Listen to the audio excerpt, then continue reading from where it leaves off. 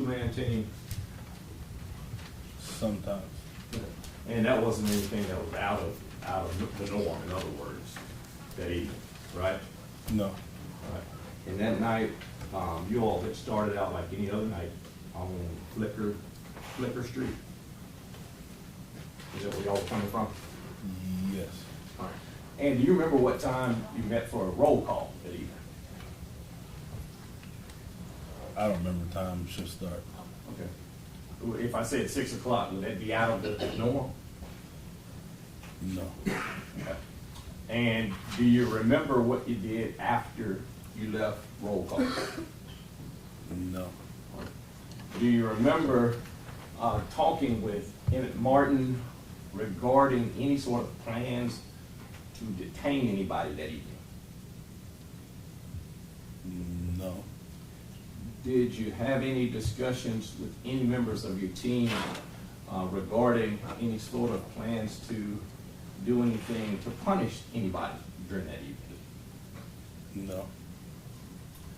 Were there any conversations regarding the fact that you wanted to take somebody hostage or take somebody privileged to be free away from them that evening? No. So you drove in the car that evening with Mr. Bean. While you all were driving from Flicker to the Kirby Meadows area is where I think you all stopped the car eventually. Yes. All right, but prior to then, do you remember if y'all got coffee or anything like that? I can't remember. All right, and it's been 2 years ago, so, or more than 2 years ago now, right? Close to 2 years ago, Close to at least 2 years ago. And you don't remember some of the details, but do you remember whether or not when you had the other person in custody, there was any sort of incident similar to what would go on during the 8:30 hour that evening? Were you having an incident with somebody that wouldn't put the hands behind their back? Not to my knowledge, I don't remember. Was there any problem? Did you deploy your ass baton that evening prior to coming into contact with the suspect that you would eventually come to know as Tyrie Nichols? No. Did you have any plans to necessarily deploy your ass baton and hit anybody prior to 8:30 when you were in contact with Mr. Tyrie Nichols? No. But you had your ass baton with you, right? Yes. Was that a part of your normal equipment that you would have with you when you were out in the field? Yes. And I think pursuant to MPD policy, you have to have specific written permission to use an ass baton, right?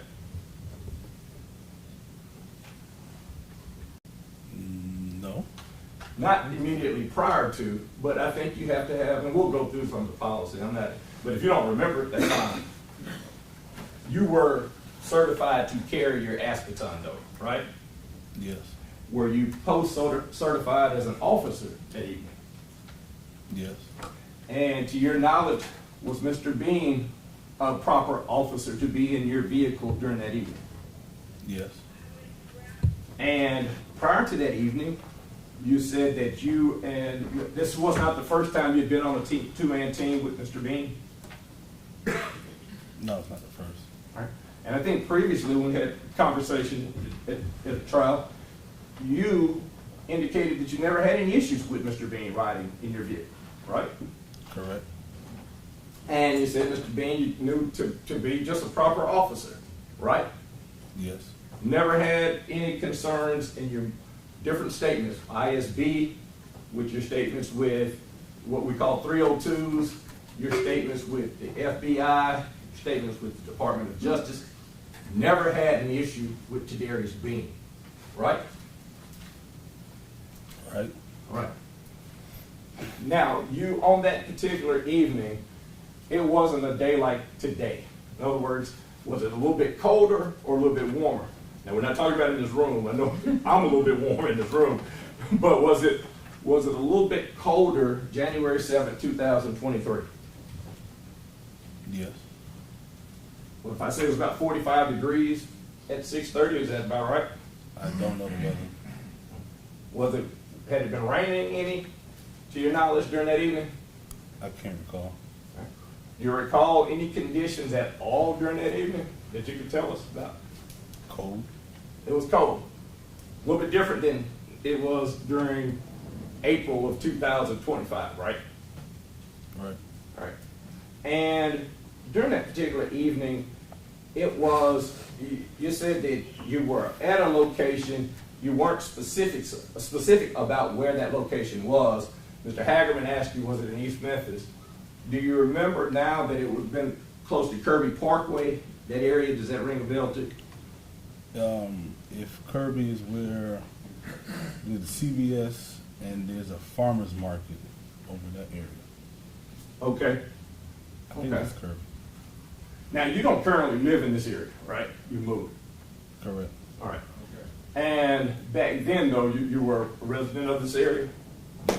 and you worked for MPD, right? Yes. And you described that you were assigned to the Scorpion unit, right? Right. Now, you said it was during COVID, and if it was during the year 2020, was it called Scorpion or was it called the CAT team? Cat team. And what does the CAT acronym stand for? Do you know?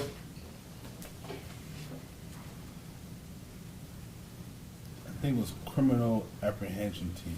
Criminal Apprehension Team. And then in 2021, did the name change to Scorpion Unit? Yes. And that was kind of the brainchild of Chief Davis, right? Yes. During that time, and I think with ISB and some of your 302s, you indicated that there was you were getting accolades for the work that y'all were doing, right? That's the Scorpion Unit, correct? Yes. And they were telling you how you were going, that criminal suppression was working, right? Yes. You were told about the decline in murders and things like that. Yes. And there were meetings where people would kind of rah-rah type meetings. Y'all go ahead, y'all get out there, do your job.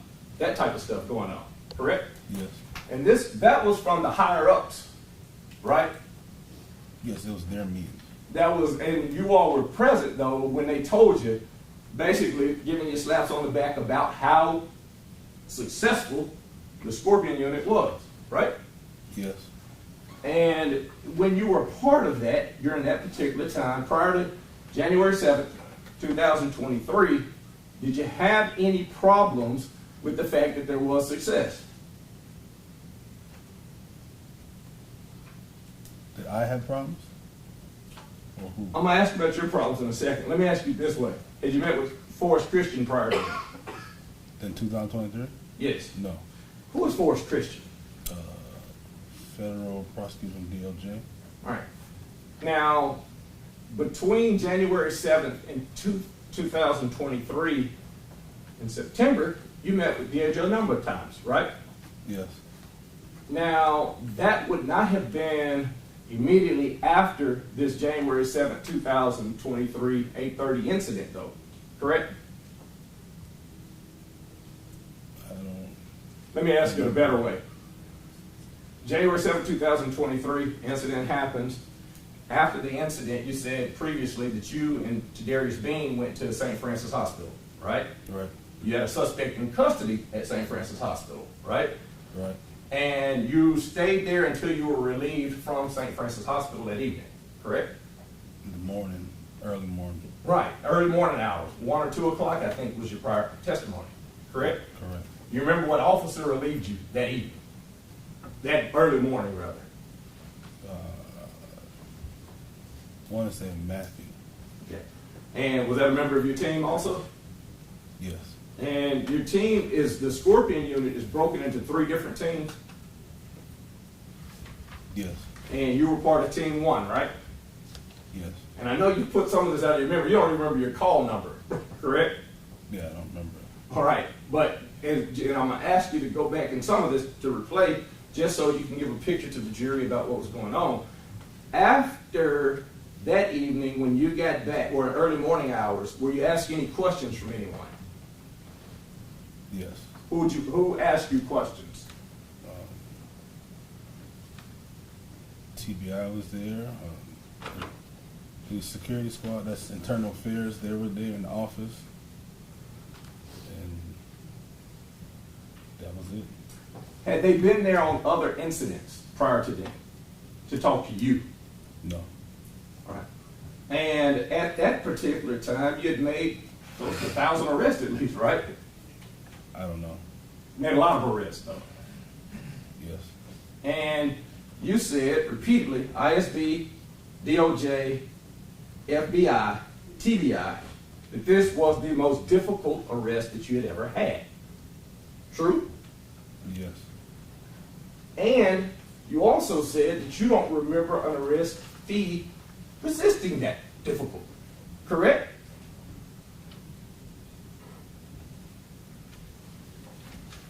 Not that way. I said it. A few minutes ago, you were talking about you sprayed twice, right? I sprayed 3 times. Right, I'm saying, but I'm talking about on the second time when Mr. Hagerman asked you, when you said you sprayed once, then you sprayed twice, he said it wasn't working. Correct? Yes. Now, when you say spray was not working, you mean it was not working on Mr. Nichols. He was not giving his hands. Correct? Yes. And you've been sprayed before, right? Yes. You were sprayed on that night, right? Yes. You were sprayed in the academy, correct? Yes. When you were sprayed, did it hurt? Yes. And in the concept of pain compliance on the use of force continuum, and we'll go to that in a moment, spray, in your mind, should work, right? Yes. But it was not working that night. Yes or no? Right. All right. So you then indicate that you get back, and you got different people there asking you questions, right? Get back and ask the questions like why I get back? No. When you got back, Yeah. people asked you questions about what happened. Oh, okay, yes. All right. But at that particular point, you had not met anybody from DOJ, right? Correct. And you had not been told anything about what type of time you were facing with DOJ, right? Right. You, at that particular point in time, were not asked anything about participating at trial against Darius Bean, correct? Correct. You were not asked anything at that particular point in time about anything to do with testifying against Justin Smith, Demetrius Haley at trial, right? Right.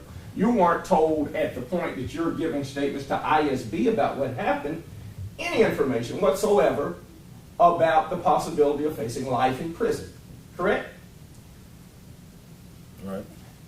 And at the time that you were giving your statement to ISB, you had met 9 different times with DOJ, with your story changing, right? I don't know how many times I met with them before ISB. Right. But you could see the fact, and you could see that at trial previously, your story changed detail-wise over the period of time from January 7th, 2023 until February 2023, again in August when you start meeting more with DOJ, right? No. You're saying that it didn't change. I'm saying. Now you got to talk up. I asked you a question. Repeat the question. Your story progressively changed. When you met with ISB, you had 0 complaints against Darius Bean about whatever he did that evening, correct? Correct. And you had no complaints about the fact that he stayed in the fight with Tyrie Nichols that night when you were talking with ISB, did you? Correct. And in fact, during that evening, when you were talking with ISB, you had seen your body worn camera, had you not? No. Now, earlier, Mr. Hagerman asked you about whether or not you saw the poll cam. Your answer was you didn't know it until you got back, right? To the office. Right. Now, you can't speak for Darius Bean whether or not he noticed the poll cam, correct? Correct. In fact, when you got out of the vehicle, you had to go back because, as you stated, you failed to lock it, right? Yes. And Darius Bean had already got to and apprehended Tyrie Nichols that evening, right? by the time you got there. All right. He had a head start, right? Yes. You're in the vehicle, you had to put it in park, correct? Yes. And he gets there to Mr. Nichols prior to you getting there. Am I right? Correct. And at the time that he got there, you can't testify as to what he saw or noticed in that area. Am I clear? Correct. And that's true, right? Right. And you wouldn't have any information regarding whether or not there's being indicated. I know that there's a light up here. Right? Right. Okay. Now, at some point, you went from ISB to talking with the U.S. Attorney's Office, and you had made a decision that you were going to cooperate and change your plea, right? All right. You remember the date on it? Mr. Perry, just real quick, so you're using some acronyms, I just want to make sure that we're clear. What is the ISB and which is? I apologize.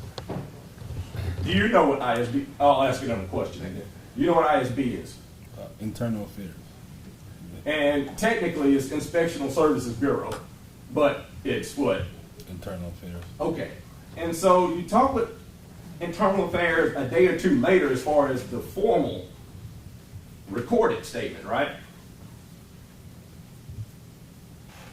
Yes. I don't remember when, but I did talk to him after. But that was after you had already talked with TBI and ISB the early morning hours of January 8th, 2023, correct? Yes. And at that point, there were no charges filed against you, right? Right. And you were not given an option of saying that you're going to continue in your story with ISB versus changing your plea of guilty away from the life possibilities that you were facing. All right? All right. All right. And so you were handed a copy of a memorandum of understanding. Remember that earlier today? Yes. Can I approach you on it? You can just reference what exhibit it is. And that's Exhibit 4.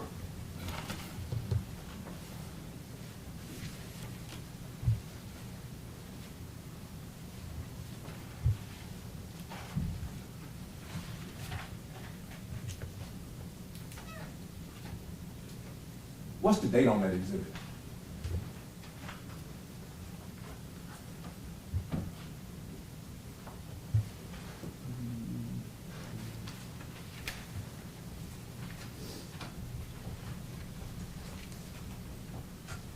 I don't see a date. And that exhibit is written by, or at least signed by yourself, right? All right. Your lawyer, correct? Correct. And by Mr. Hagerman, right? No, it says Morrow. Mulroy. So you know who Mr. Mulroy is? Yes. Who is he? District attorney. The district attorney, right? Yes. Big guy. And it's signed, right? Yes. 2 lawyers and yourself signed it, but it's undated, right? All right. Okay. Can you tell this jury when you decided to sign that?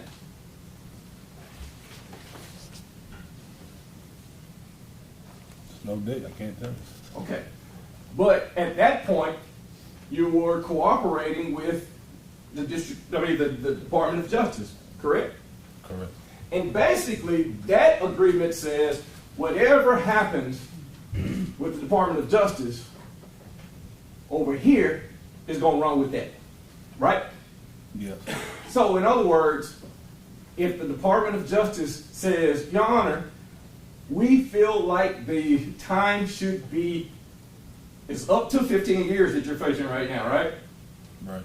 But if the incentive is sweetened by the fact that you're here, it could be, as he stated earlier, probation, right?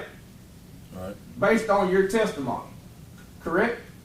Correct. Now, it's based on your truthful testimony, as he stated, right?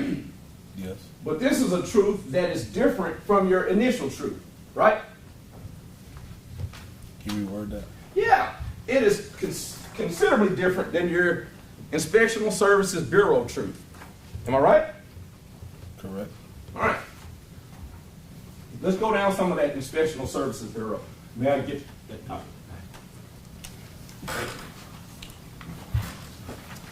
Before I get into that,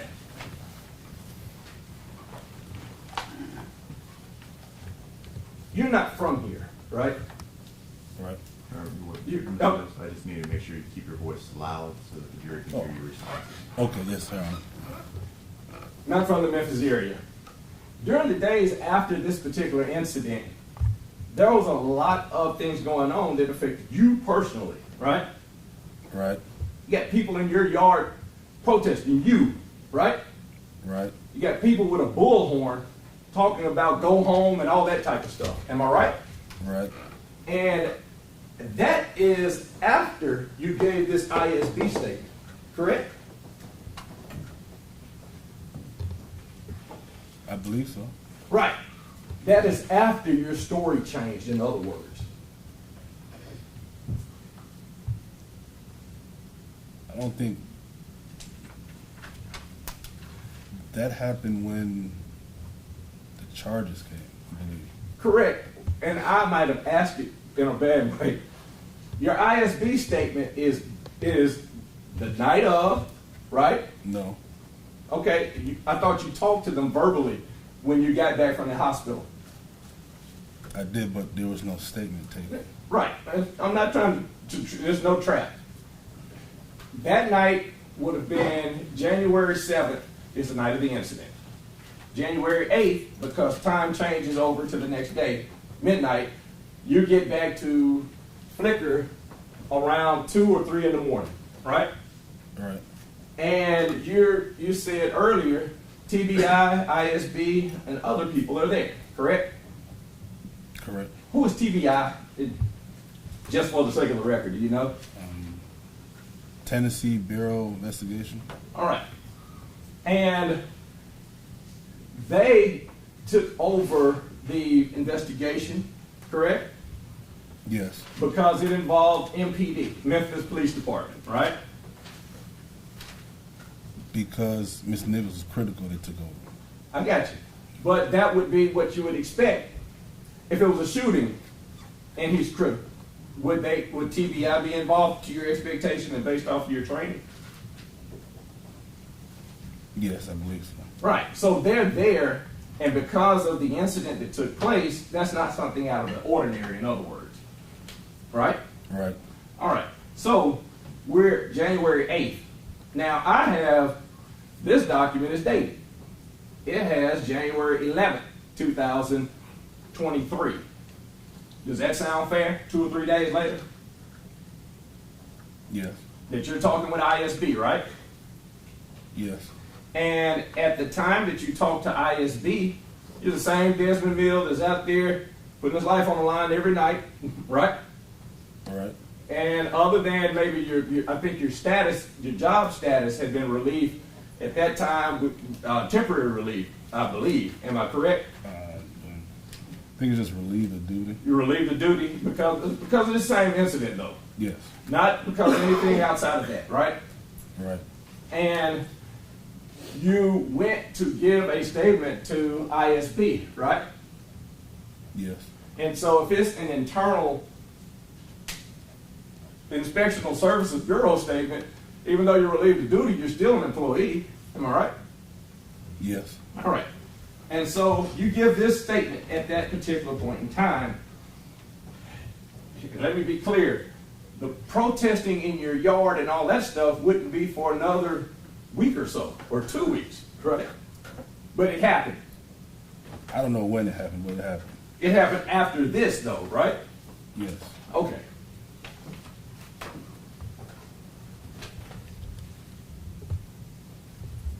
All right. You were asked certain questions, and I'm just going to ask you a few of the questions right now. But you said that you put on your body-worn camera, right? Yes. Now, when you had your body-worn camera on, is that a part of what you're supposed to do as an MPD officer?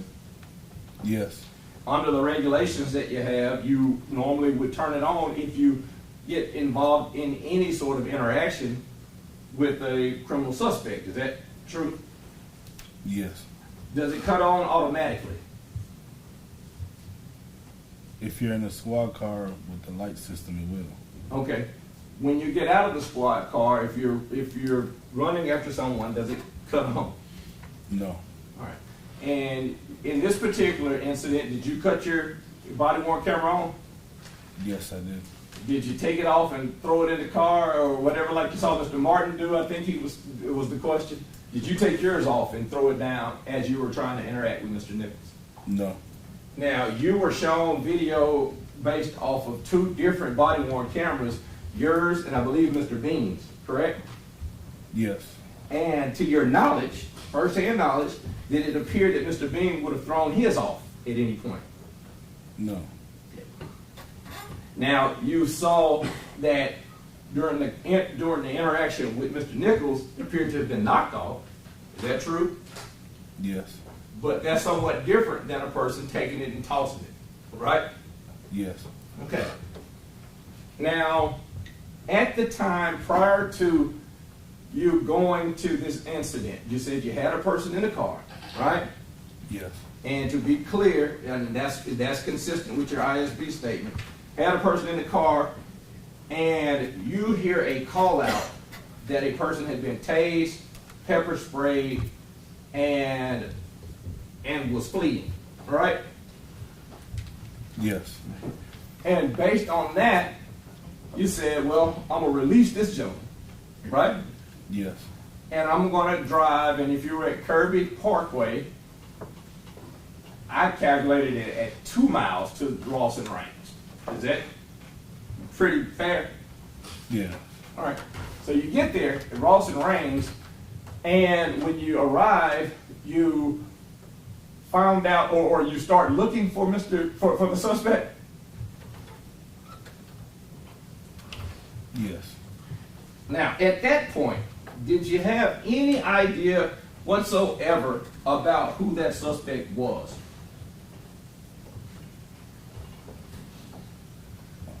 Only thing I knew was he resists, he pepper sprayed, and was tased. All right.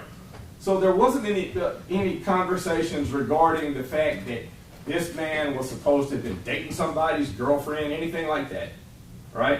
No, I didn't hear none of that. And anything regarding that would be inaccurate, correct? To my knowledge. All right. There was not, Mr. Bean didn't say, hey, let's go get Mr. Nichols. Anything like that, did he? No. All right. And to your knowledge, when they talked about this, when this call out came out regarding a person who's in that area, did you or Mr. Bean have any conversation about who you thought it might be, or who it was, or what that person might have been doing? No. You drove to the area, right? Yes. And the first time that you had seen Mr. Nichols of any sort of thing that would register in your mind, in other words, I'm not asking if you might have been in the same restaurant before or anything like that, but was there any reason to have a registration in your mind about who the person was walking? The description that was given. From the description, right? Yes. And you didn't give the description, right? Right. And Tyrie Bean did not give that description, correct? Correct. Did you all have any first-hand knowledge about what happened on that first scene? No. Okay. So, on the video at 8:32 approximately, you see the suspect, right? Or at some point, I guess I don't want to, I'm not putting words in your mouth about the exact time, but at some point you see the suspect, right? Right. And it appeared that at that same time that at least Mr. Bean would roll down his window, right? Right. And he asked the suspect a question, correct? Or did he get any words out at all? I think we both said hey. When you said, hey, what happened? Mr. Nichols took off running. Okay. Now, in your prior testimony, with your 302s, with DOJ as well, and with ISB, do you have any criticisms of Mr. Bean getting out of the car at that point and chasing the suspect? No. In fact, if you see the person and you see him turn and start running, if Mr. Bean says, I'm not getting out and chasing him, that would be a problem, right?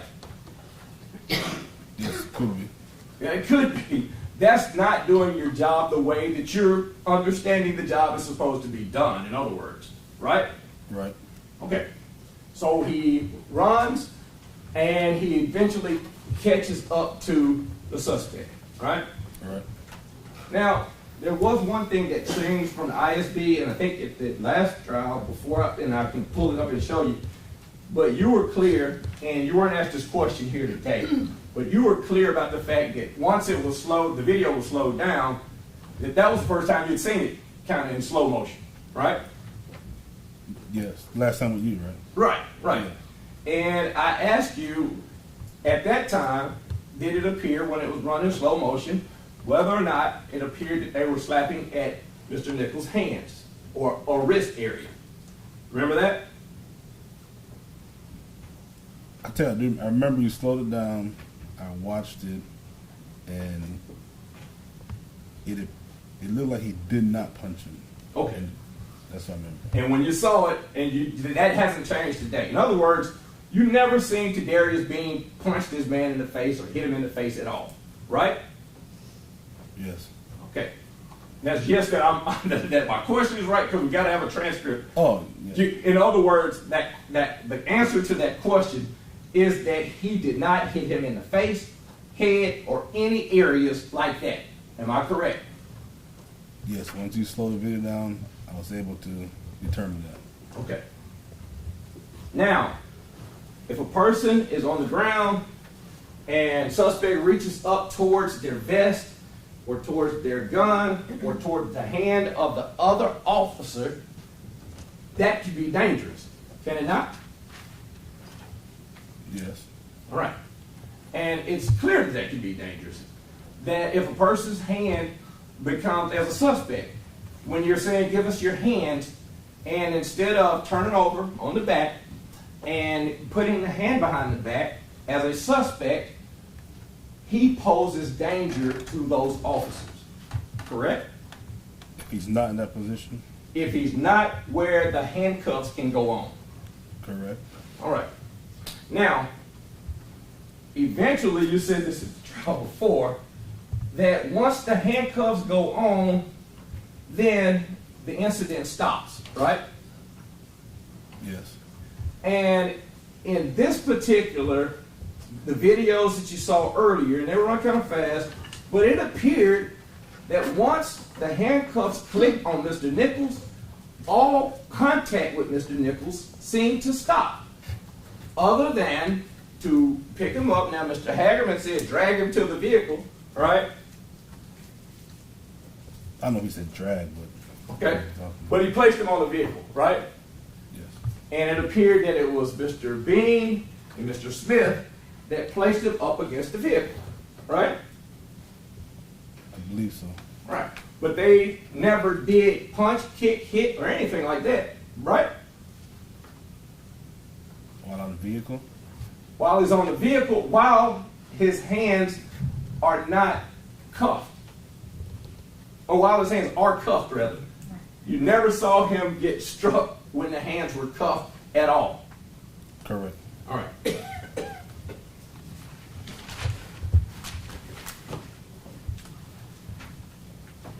You talked previously about how something can look excessive, but it really just be ineffective, right? Was your spray effective? No. All right. So your spray was ineffective. You sprayed it 3 times, right? Yes. Okay. And when you're spraying, that spray goes into that whole area, right? Yes. And so simultaneously with you spraying, Tyrie Bean is in the radius of that spray, right? Yes. But when you sprayed him, and to be fair, you're a little bit bigger than Mr. Bean, right? Yes. Mr. Bean's hands are on the suspect at that time, correct? Correct. Mr. Bean had just been on a dead sprint. Was he jogging to Mr. Nichols? No, he ran. He's on a dead sprint. Does that equipment weigh Pretty good deal of weight. Yes. I say 30, 40 pounds, is that about right? All the equipment included? Yes. So he gets out at night, runs towards Mr. Nichols, and according to you, Mr. Nichols does not at any point comply with the request for hands, right? Right. And although there was a discourse at the previous trial, but it wasn't as much here, but I want to be clear. Your use of the word fighting does not necessarily mean, hey, Mr. Nichols got up and started swinging and ducking and all that, right? Right. Your use of the term fighting is fighting, resisting. Co-exchangeable words in Memphis police lingo, right? Yes. And so at that point, he's still fighting. He's sprayed, and he is still trying to be hands-on with him, correct? And when I say he, I mean Darius Bean gets sprayed by the spray that you're spraying in that area, right? You're right. And he's still holding on to this suspect. Am I right? Right. Now, while he's holding on to the suspect, you are panting and can't catch your breath right. True or false? True. All right. And you said that you were aggravated, right? Right. Right. Now, did you at any point look at Darius and say, hey, I'm going to hit his ass with this baton because I'm mad? No. In fact, if you were wanting to do the most damage with the baton, would you have hit him in the head or would you have hit him like you were trained in the academy on his arms? To do the most damage To do the most harm to Mr. Nichols. Where would you hit him at? in the head. Right. Now, both Mr. Smith and Mr. Bean gave you a clear shot to the arms, right? Yes. You said clear, as a matter of fact, right? No, I didn't say clear. You didn't say clear or get up. I think I didn't say move or get away. Right? Okay. And then you said, I'm gonna baton the fuck out of you to Mr. Tyrie Nichols, right? Right. Now, in the academy, they teach you a concept called verbal judo, right? Right. You are supposed to use language different than when you're deacon out on Hash Cross, right? Not a deacon. You've never been, well, church out on Hash Cross, according to your stuff before, right? All right. But that you speak of. Okay, yeah. No. In other words, you wouldn't tell anybody in Sunday school, I wouldn't tell anybody in Sunday school, it was a fair conversation, I'm baton the fuck at you, right? Right. So, but when you're out there in that type of environment with a person who's fighting with you, verbal judo is not something that's odd, right? Correct. Because had you said, I'm gonna baton the fuck out of you, and had Mr. Nichols at that point said, just arrest me, just put my hands in cuffs, do you think, based on the atmosphere at that time, that you had the ability to stop yourself from batoning him? Yes. Okay. So even though you're angry and agitated, had the hands been given, I give up, I put my hands behind my back, you had the ability to stop it. And I think based on each of these statements before, you would have, right? That didn't happen though. I know it didn't happen. If it would have happened, could you have stopped yourself? Yes or no? If I would have said I'm gonna effing baton you and he would have put his hands behind the back, then it would stop. Right. That's all I'm saying. But the only person who knows what your frame of mind is at that point is who? Me? Right. So there's no conversations about I'm mad versus the fact that I'm using the use of force continuum and applying force as I have been trained. Mr. Bean does not have that conversation with you, correct? No conversation. All right. Mr. Bean didn't say, hey, instead of hitting him on the arm 3 times, like you're trained and like you're supposed to, hit him in the head. Did he say that? No. All right. In fact, he cleared so you could have a clear shot to the arms, correct? Correct. And you hit him 3 times. Is there a reason why you hit him 3 times and then put the baton back together?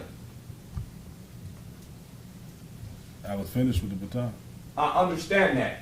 But is there a key to it being 3 times versus 10? No key to it. Is there training regarding how many times you're supposed to use a baton in that situation? I believe it said maximum force. So I think maximum force would be 1 blow, 1 strike. Who told you that? I believe that's what's in the training. It's been a while. Was that something you developed once you were talking with DOJ? No. Did your understanding of how to use the baton change when you're talking with DOJ? No. You seem to have had some training because you flipped it out there spot on, right? Yeah. The academy. And maximum force, right? Right. I'm gonna let you look through this. May I approach? Yes, sir. This will provide it.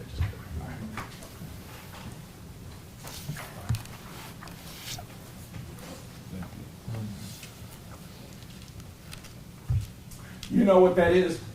What you were just handed? It's the MPD ass baton policy. Had you ever seen that before? Yes. And in order to use the baton, are you supposed to be familiar with that policy? Yes. You want to look through that policy? You just look through it for a minute.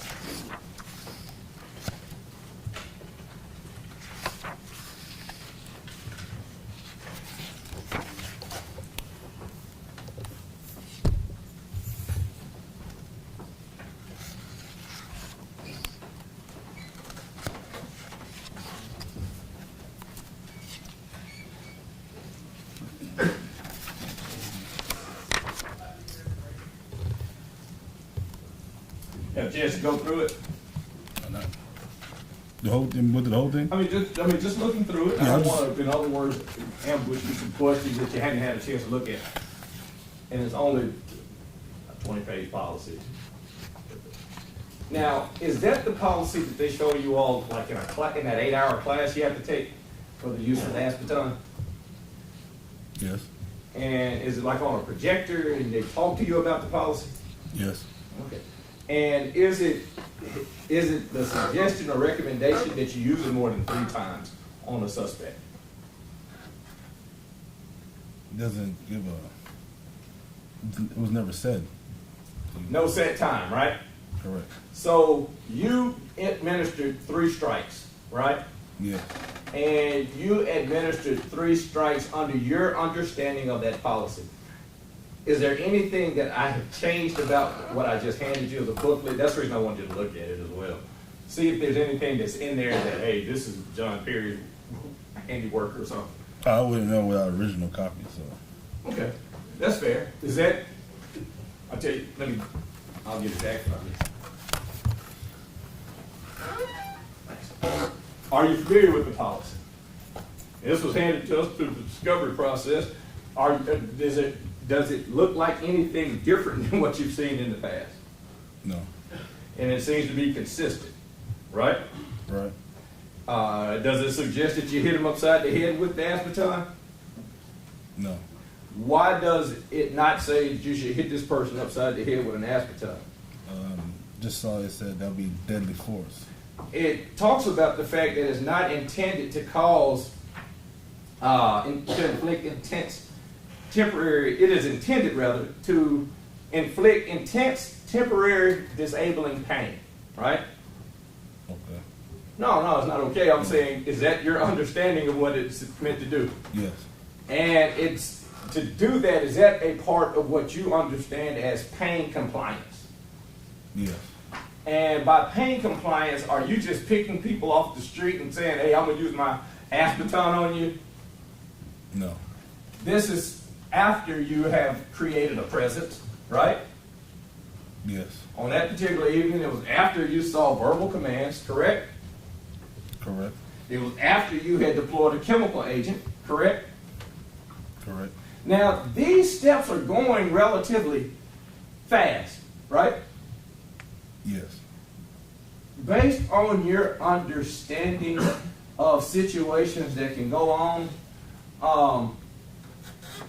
life or death on the streets that you're doing as a member of CAT team, or at this time, Scorpion unit can change from dangerous to deadly in a split second, right? Yes.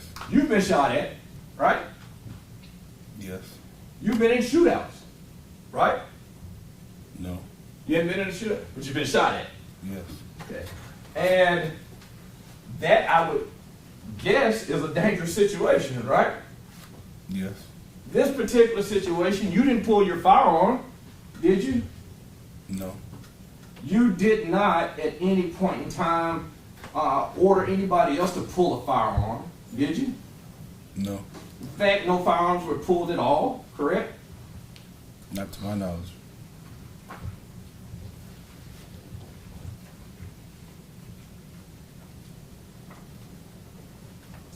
It says maximum force eliminates the need for multiple strikes, decreases the need to escalate in force, and it shortens the time span of the confrontation. Can you tell me your understanding of that?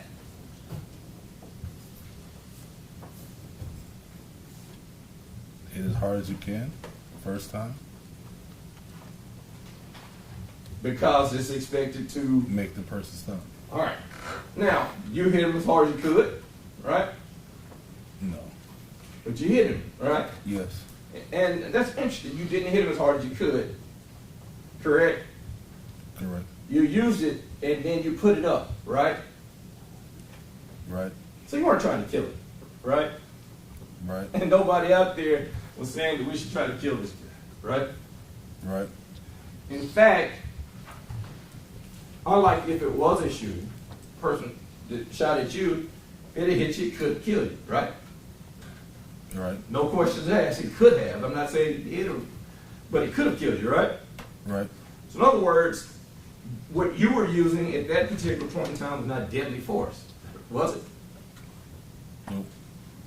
You gotta speak up. No, it's not deadly All force. right. Did you hit the downward 45-degree angle? Did I hit him at a 45-degree angle? Right. Or do you mean that I swing at a You 45? swing it at a 45. Yeah, I swing how it's supposed to be swung. Right. How they train, right? Yes. And did you try to hit in one of the areas that is suggested that you strike at?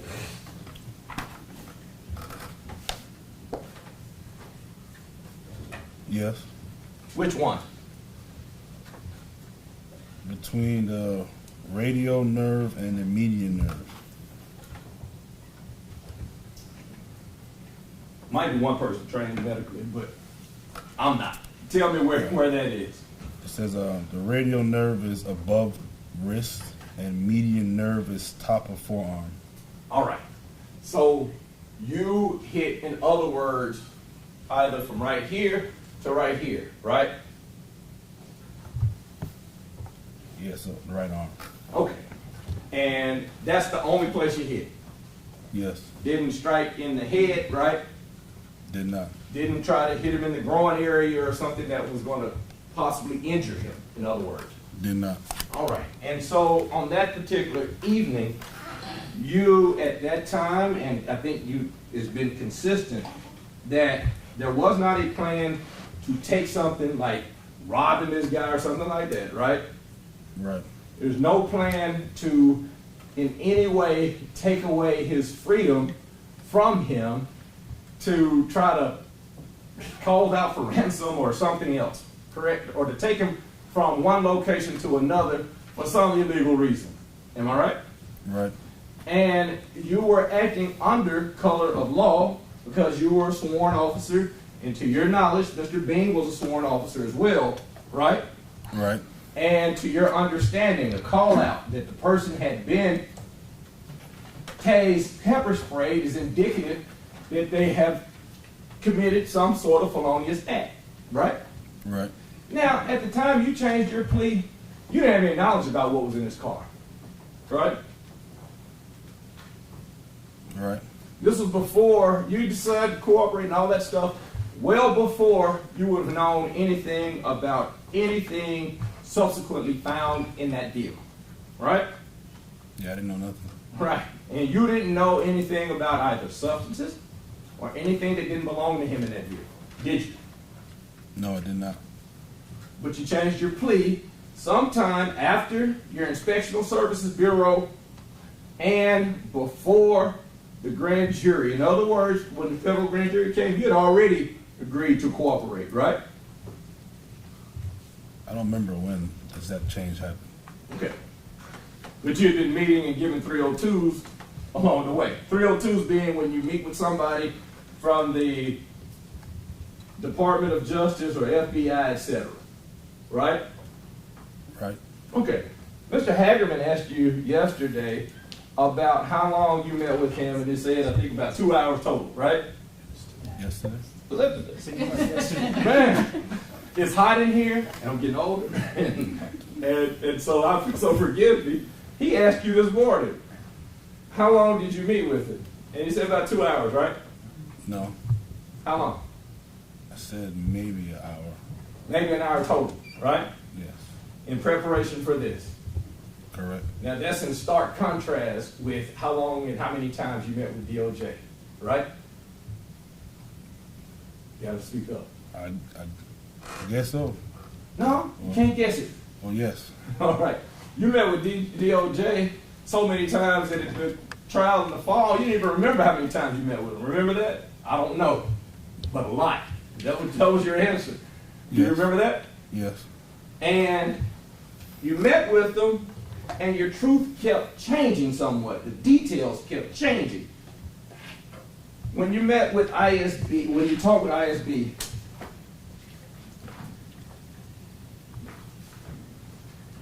you were asked about how many times you struck. Well,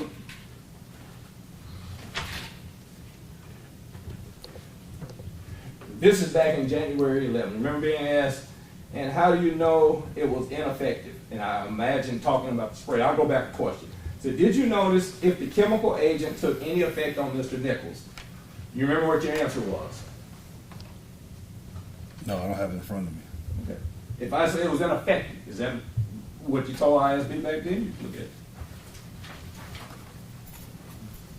Page 5 out of 21.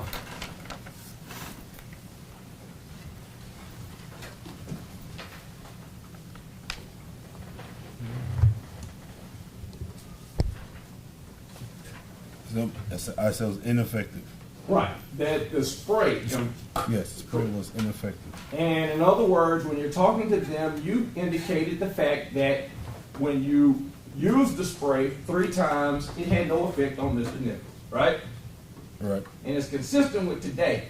Now, do you remember when you were talking with DOJ saying stuff like, you don't know the effects of it and all of that? No, I don't remember that. Okay. But so we're good on the fact that it was ineffective. Yes. And we're good on the fact that you properly used your aspartame, right? No.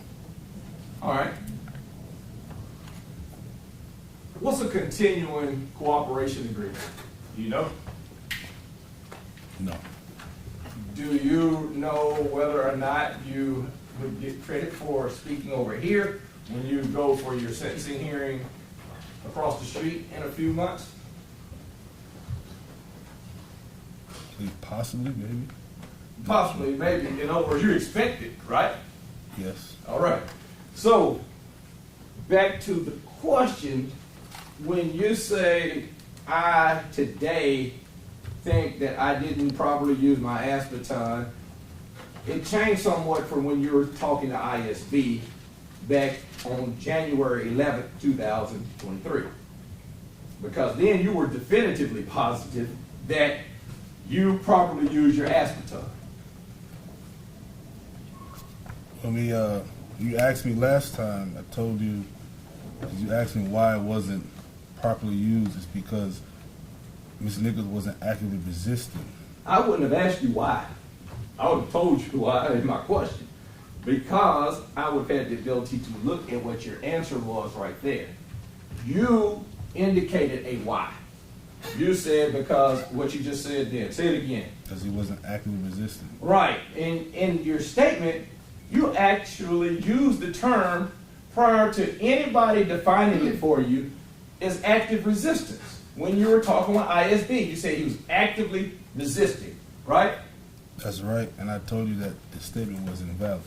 No, I understand that. At that point, when you were giving that statement, you weren't sitting up in a room full of 3 FBI agents, Forrest Christian at the end of the table telling you how stupid you were if you were going to not change that story.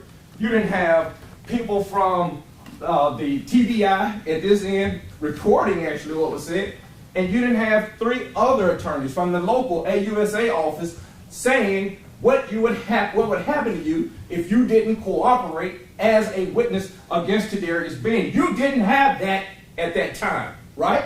When you're at ISB, you had a few people asking you questions about what He's happened. asked a question, Mr. Bean actually started to answer, and then he just went into another question loudly, not even giving Mr. Bean a chance.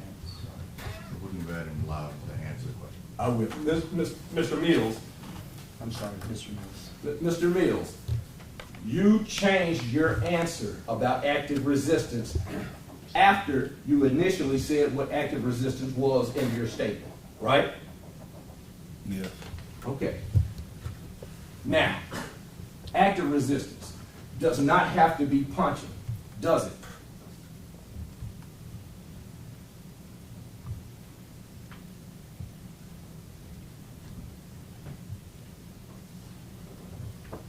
No?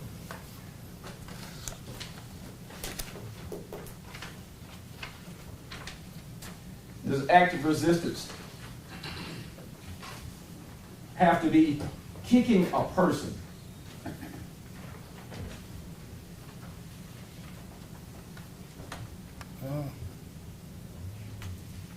It's the best way I can explain it. Passive resistance would be someone like laying there and not cooperating. Active resistance will be someone punching, kicking, doing that type of thing. You saw the video earlier, right? Yes. You saw, and you described it, you've been asked questions about it multiple times in different hearings, that Mr. Nichols' legs were kicking while he's on the ground, right? In this video today, In the video today. I don't remember seeing that.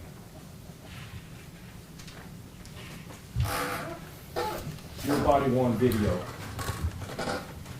We're going to watch it, but instead of watching it at full speed, we're going to watch it at half speed. We can have audio. Well, I'll tell you what, the audio is going to be, you can turn the audio down.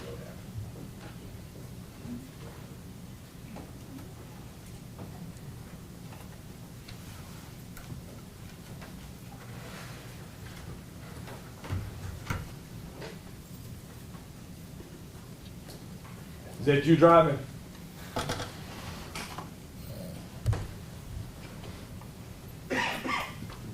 Looks like it.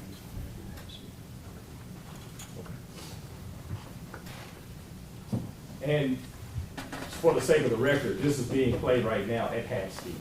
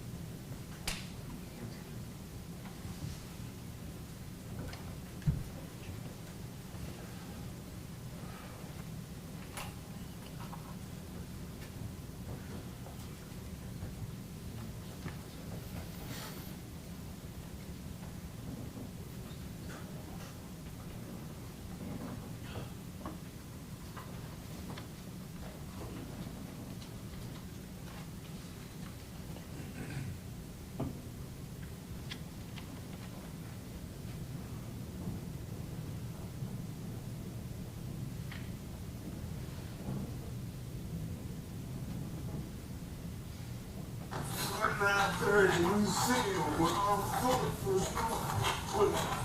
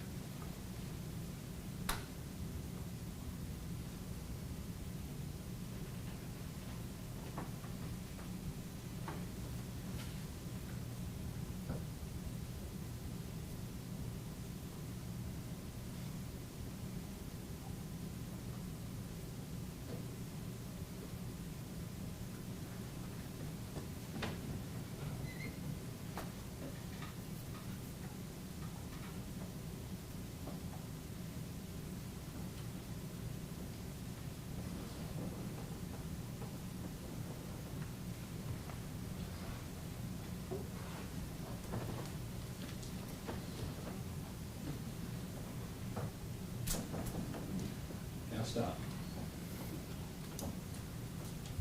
A few moments ago, I asked you about kicking. Did you see his legs kick at time mark 20 and 33, flat on the dot? No, I didn't see Mr. Nichols try to kick officer. Go back and go. I didn't ask you that. I said, did you see his legs kicking at 20 and 33? Yes or no?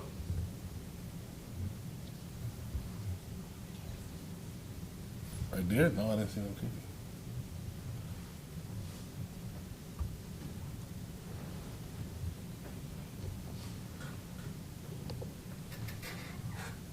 You talking about right here?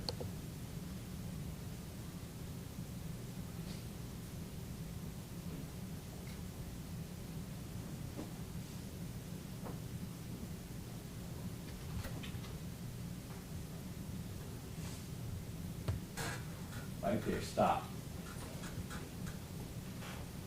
Did you see his legs kicking at that time? Yes or no? At 20, 33, and 10 seconds. Yes. All right. He went up. We're going to come back to the video, but you cut the lights on now. Now, when you talk to ISB, you never said, I saw Tyrie Nichols kick an officer. And that was not my question. But you saw his legs kicking, which is different than passive resistance. Yes or no? Yes, that's different. Right. Passive resistance. Passive resistance. If, as an officer, you're trying to get me to stand back on the scene, murder scene. Man, that's my brother, that's my brother. And you say, step back, sir, we're trying to process the scene. Step back, sir, I'm trying to process the scene. I'm standing right here. You do me like that. Is that active or is that passive?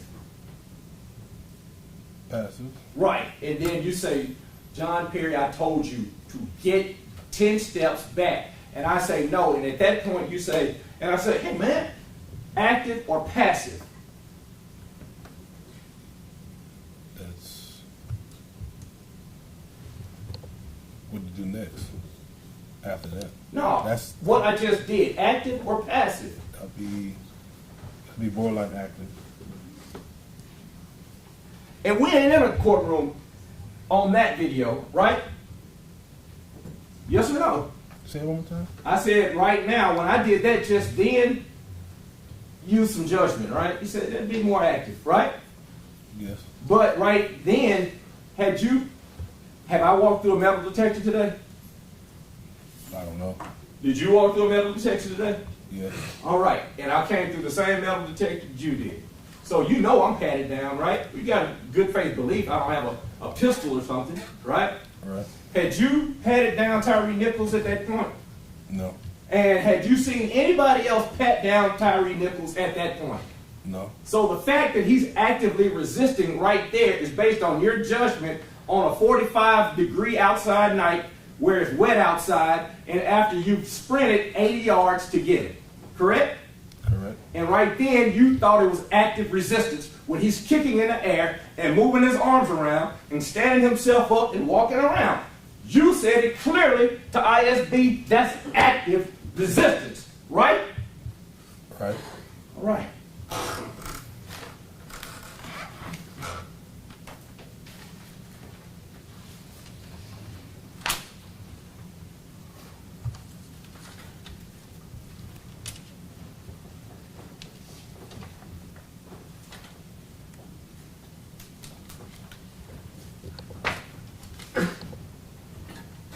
You were asked questions about a duty to intervene earlier, right? Right. And when you were asked questions about duty to intervene, was the policy read to you so that you could answer it based on the policy in front of you? No. All right. And have you had a chance to look at the policy in your preparation for today? No. But previously you've had a chance to look at the policy, right? I can't recall. Now approach.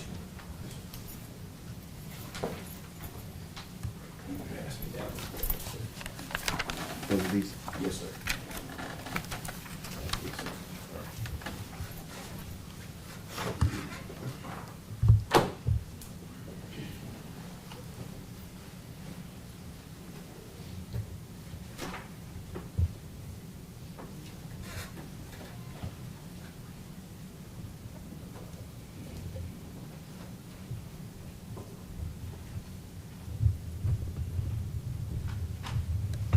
You see it? Yes. And you see the word reasonable in that.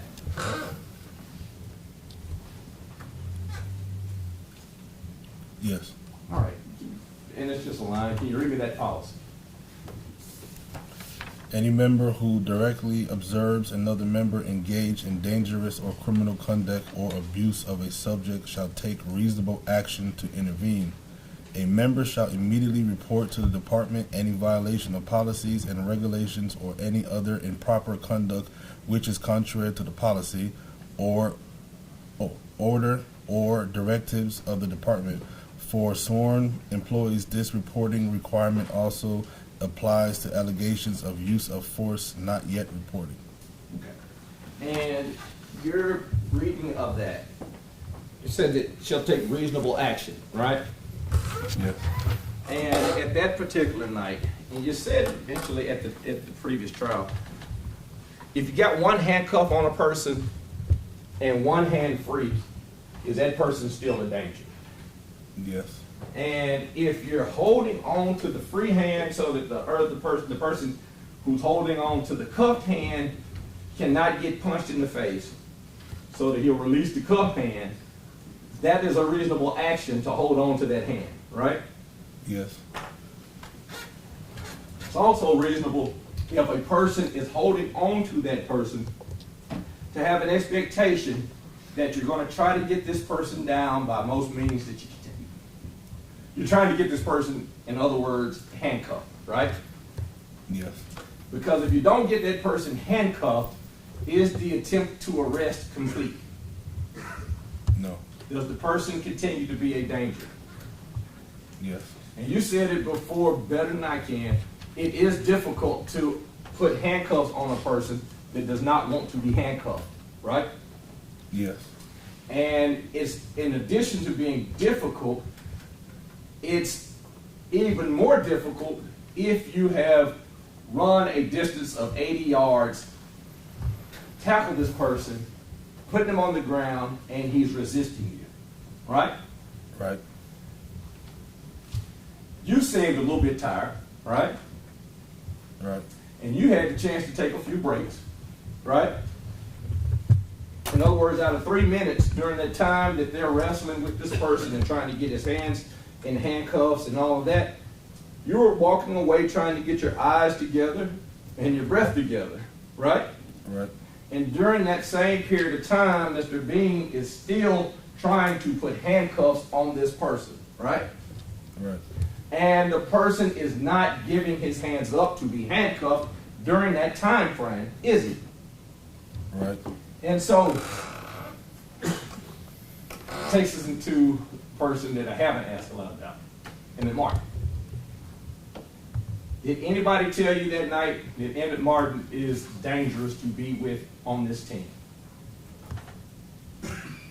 No. Did you have a conversation with Emmett Martin about the fact that he felt homicidal? No. Did you have conversation telling you that Emmett Martin should not be on duty because he was having mental health issues? I only found out all that stuff from Glass Trial. Right. So, in other words, January 7, 2023, 6 o'clock, you meet at Flickr, right? Yes. Nobody briefs you on the fact that, hey man, one member on your team feels homicidal. Nobody looked you in the eye and said that, did they? No. Nobody had a sub-meeting, or in other words, 4 of y'all get together and say, hey guys, we got to look out because Emmett Martin's going to feel a little bit off tonight. Anybody say that? There was we did know he wasn't feeling himself, but we didn't know particular that it was any mental issues. Did you know he was going to pull Tyrie Nichols over?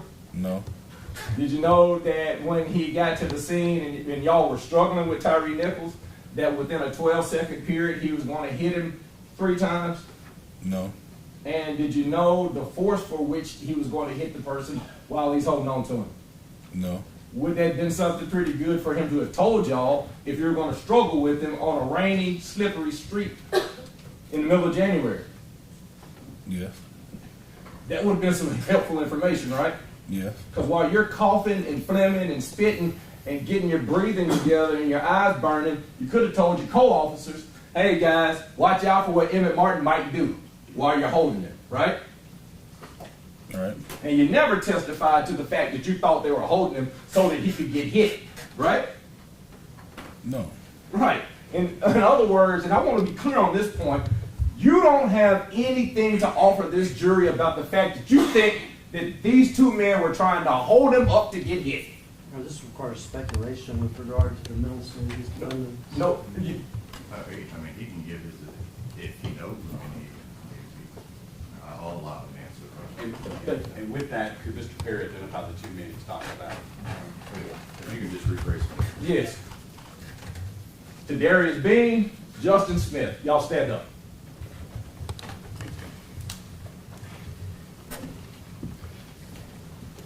One has one's on. Well, is he going to answer the question? The question's been asked. I've asked him to rephrase the question, Oh. so I'm going to allow him to rephrase the question. To my right is who? This is my right hand. Who is this? Smith. Smith. All right. To my left is who? Bean. All right. On that night, you just described the fact that they were in a struggle with Tyrie Nichols, correct? Yes. And while they're struggling with Tyrie Nichols, was he given his hands to be arrested? No. No. Okay. While they are holding him and trying to put him in different directions, did they have any knowledge that you are aware of that Emmett Martin was going to hit him? Not to my knowledge. Right. And there's no way that they could tell that Emmett Martin was going to try to hit him and hurt him or anything like that, right? Not to my knowledge. Right. And it seemed, even based off of today, 2 years later, that they're holding him, trying to get him into custody. That's it. Right? Right.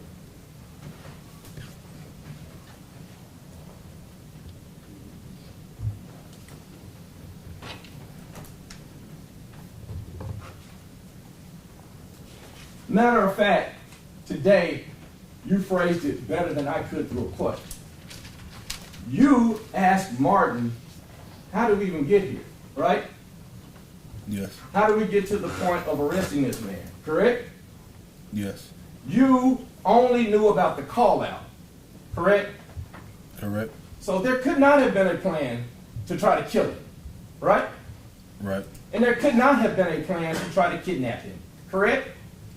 Correct. There definitely was no plan to try to hurt him based on what you said. No plan to injure at all. Right? Right. And there also, you've heard of officers robbing people, right? Yes. You've heard of officers doing stuff, taking money, and escorting dope boys, correct? Yes. To your knowledge, was there any of that type of stuff going on? No. Nobody under a plan to use your job or your badge inappropriately whatsoever, right? Repeat that question. You were not a part of a plan and had no information that these men had any sort of a plan to misuse your badge. Correct? Correct. Okay.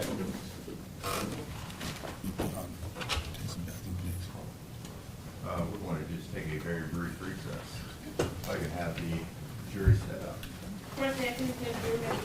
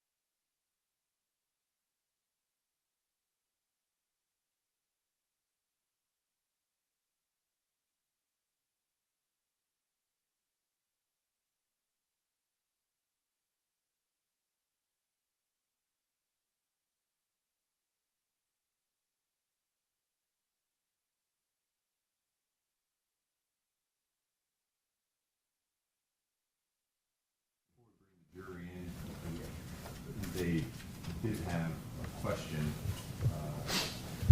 They couldn't remember who were the defendants in the back when you stood up, and so as they were walking out, they had asked if we could just have who they were. So, Mr. Leffler, when you go through your questions, if you can just reintroduce. Sure. I mean, that's fine. They want to know.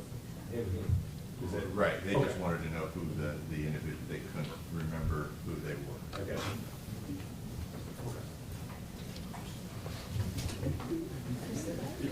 Well, he had finished his cross, and so I Yeah. thought you were up next, so. Either way, you just say, can they extend, can they extend? Right, so if you we'll just do each of the defendants, just so they can. All three. All of them, do all three. All right.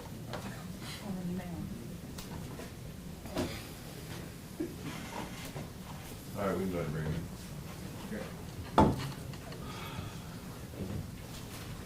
Jurors are entering the courtroom, Your Honor.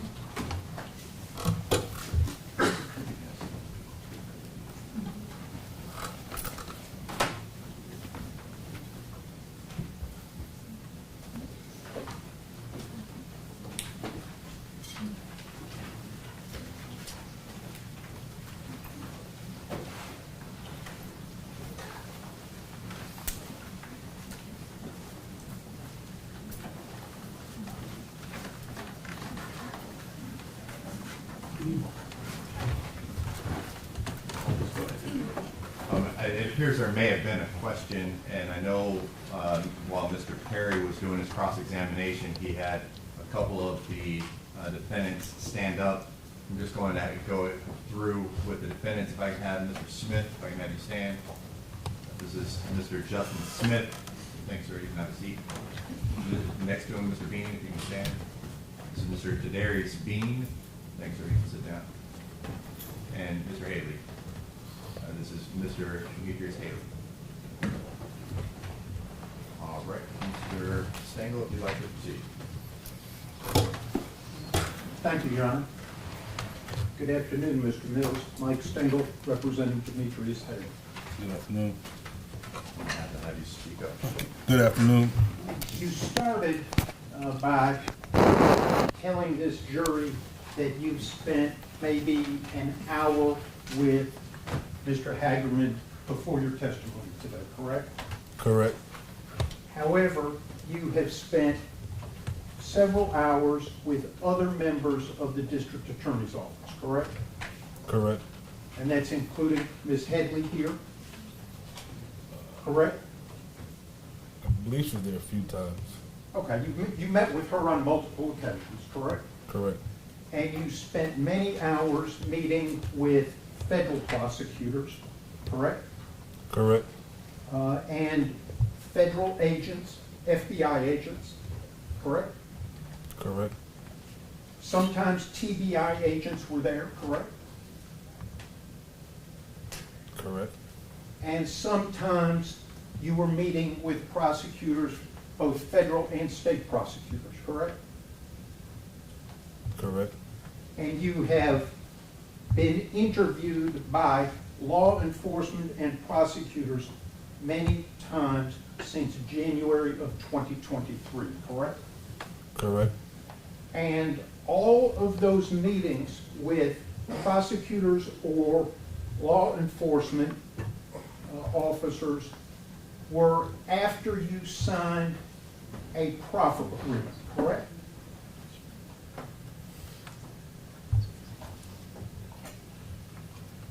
Let me ask it this way. Yeah. Prior to you being interviewed by any prosecutor or agent, you met with your lawyer, Mr. Ballin, correct? Correct.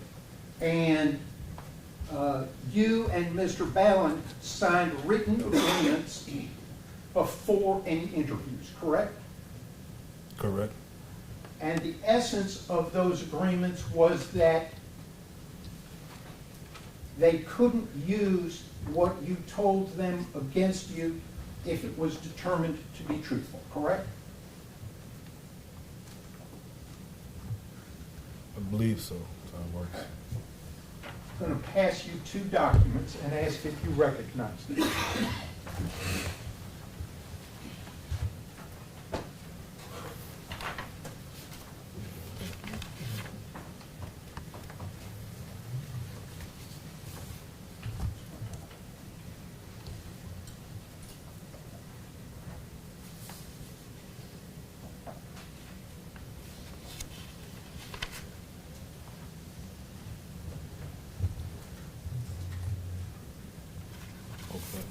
Do you recognize those two documents?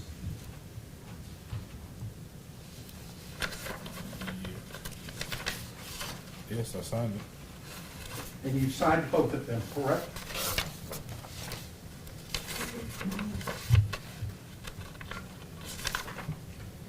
Yes. And you signed them on January 20th of 2023, correct? Yes. And that, it was after that that you had your first meeting with prosecutors and agents, correct? Yeah, I think this was the first meeting. Okay. You signed those at that first meeting, the beginning of that first meeting, correct? Yes. Okay. Your Honor, I'd ask that those be marked the next two numbered exhibits.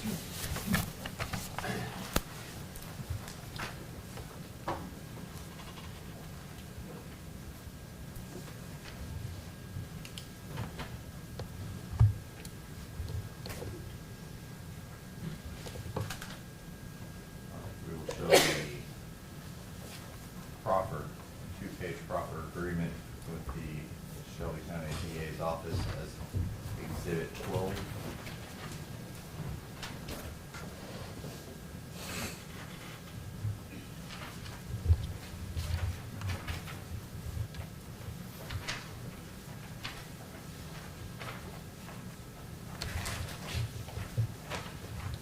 And we will show the three-page proper agreement with the Department of Justice as Exhibit 13.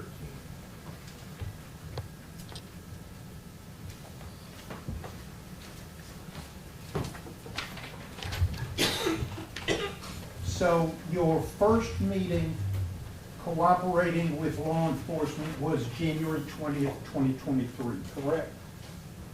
Yes. Which would have been not quite 2 weeks after your encounter with Tyrie Nichols on January 7th of 2023, correct? Correct. And indeed, that occurred before you were charged with any crime in connection with your encounter with Mr. Nichols, correct?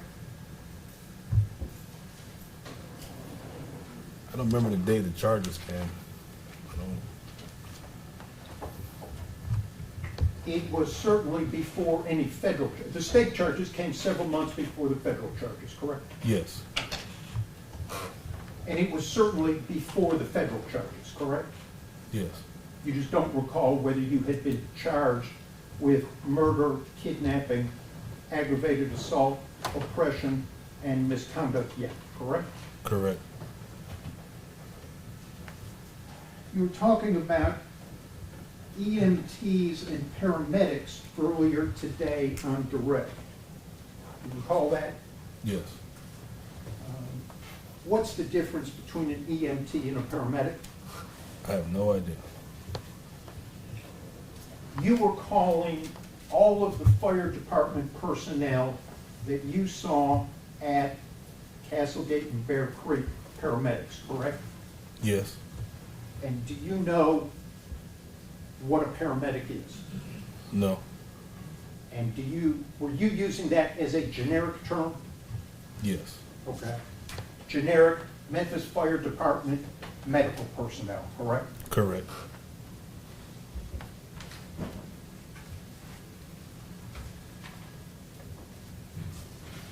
Now, we saw earlier that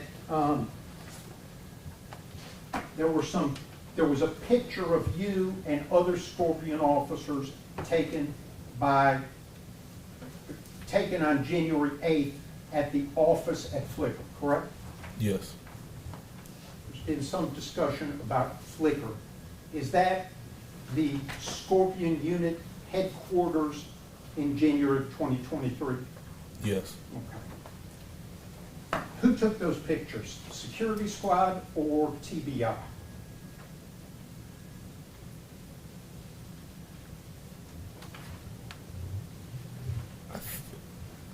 I think it was TBI.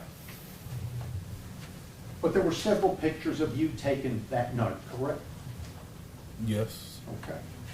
I might pass forward and ask you if you recognize those pictures, Mr. Mills.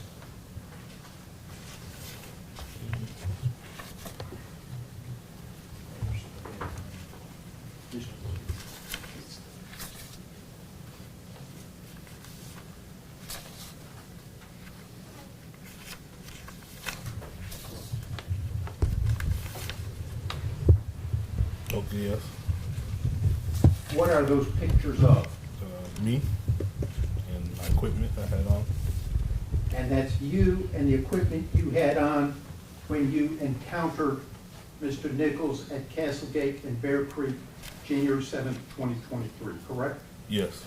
And those pictures were taken before your shift was over by TVI, correct? Correct. Ron, I asked that we mark the next number exhibit collectively.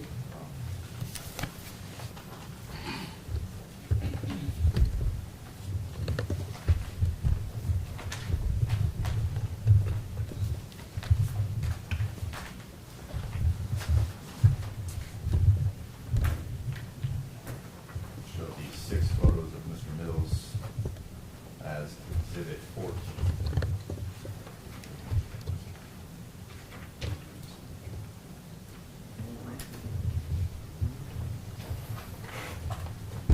Mr. Mills, when you were at the academy, part of your training was proper use of force, correct?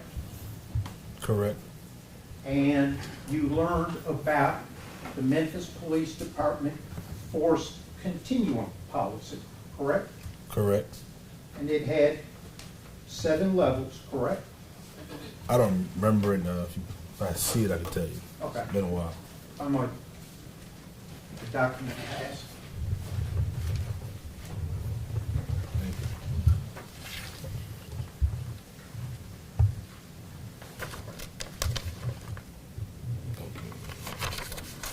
you. Okay, 7. Do you recognize those 2 pages as part of the Memphis Police Department policy and procedures that were in effect and governed your conduct and all police officers in January of 2023? Yes. Okay.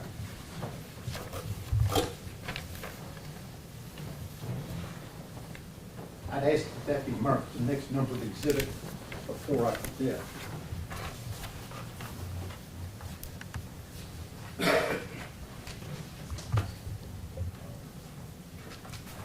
We'll show the 2-page policy on response to resistance as exhibit 15.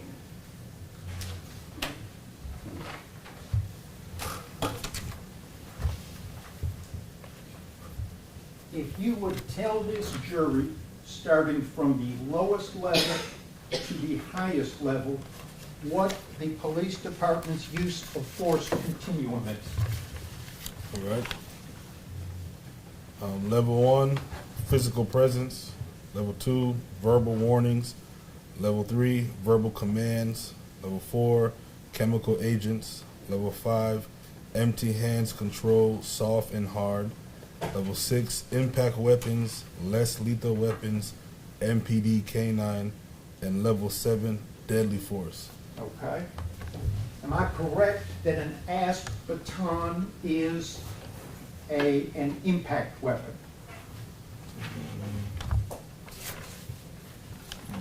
Yes, it is. So it would fall at level 6 on that continuum, correct? Yes. The level immediately below deadly force, Yes. okay? And what level is empty hands control? 5. Okay, so below the impact weapons is empty hands control, correct? Correct. And there's 2 categories of empty hands control, soft and hard, Yes. correct? And hard includes kicks, correct? Oh, it's right here. Okay, if you would read hard empty hands control techniques from the manual. Hard empty hand techniques. This subcategory includes kicks, punches, or other striking techniques such as brachial stun or other strikes to key motor points that have moderate chance of injury. And those are techniques that were trained at the academy, correct? Correct? And approved for use by Memphis police officers on duty in the correct situation. Yes. Soft hands control. What is it? Soft empty hand techniques. This subcategory includes escort controls, touch pressure points, wrist or arm locks, and takedown techniques that have a minimum chance of injury. Again, taught at the academy, correct? Correct. Approved for use by Memphis police officers on duty Correct. in the correct situation. Yes. Soft hands control would include getting somebody out of the car. Yes. Okay. You've seen video of Tyrie Nichols being removed from the car Yes. at Ross and Raines, correct? Correct. Now, you weren't there, correct? Correct. So your only knowledge of it is after January 7th, 2023, you've seen that video lots of times, correct? Correct. And that's soft hands control getting him out of the car, correct? Correct. And soft hands control, according to the policy, includes taking him to the ground in the appropriate situation. Correct.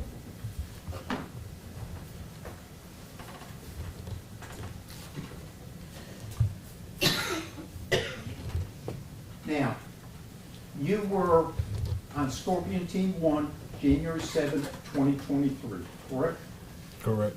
And you've been with that unit since its creation by the chief of police, correct? Correct. As a matter of fact, you were with its predecessor before Scorpion was created, the CAT team, Criminal Apprehension Team. Correct. And on January 7th, 2023, two-man car with beam, correct? Yes. Correct. You're driving, he's in passenger seat. Correct. And that's when you hear call out over the Scorpion channel, got a man running, been pepper sprayed, tased, running southbound on Ross, correct? I think it was just a general precinct channel, but that's what I heard. Okay, dispatch Yeah. It was. put it out to everybody in the area, correct? No, the officer. We were using the precinct's radio frequency, not a private one. Okay. So, as a Scorpion officer, you had the ability to switch between whatever precinct you're in at that time or your encrypted channel, correct? Correct. Okay. So you believe that it was over the precinct channel that you heard the call out? Yes. Okay. And at that time, you're somewhere, Kirby Meadows, a couple of miles away with Bean, and you had somebody you intended to arrest in the back seat of the car. Correct. You let him out, let him on his way, and you and Bean responded to this call out, correct? Correct. And that was proper policing following your training. Correct. I mean, officer needs help, suspect running, been pepper sprayed and tased, tells you there's been a fight with an officer, correct? Correct. And you were trained to respond to something like that. Help your fellow officer, correct? Correct. And that's what you did. Correct. Followed your training at that moment. At that moment. And at that moment, following your training was good policing. Correct.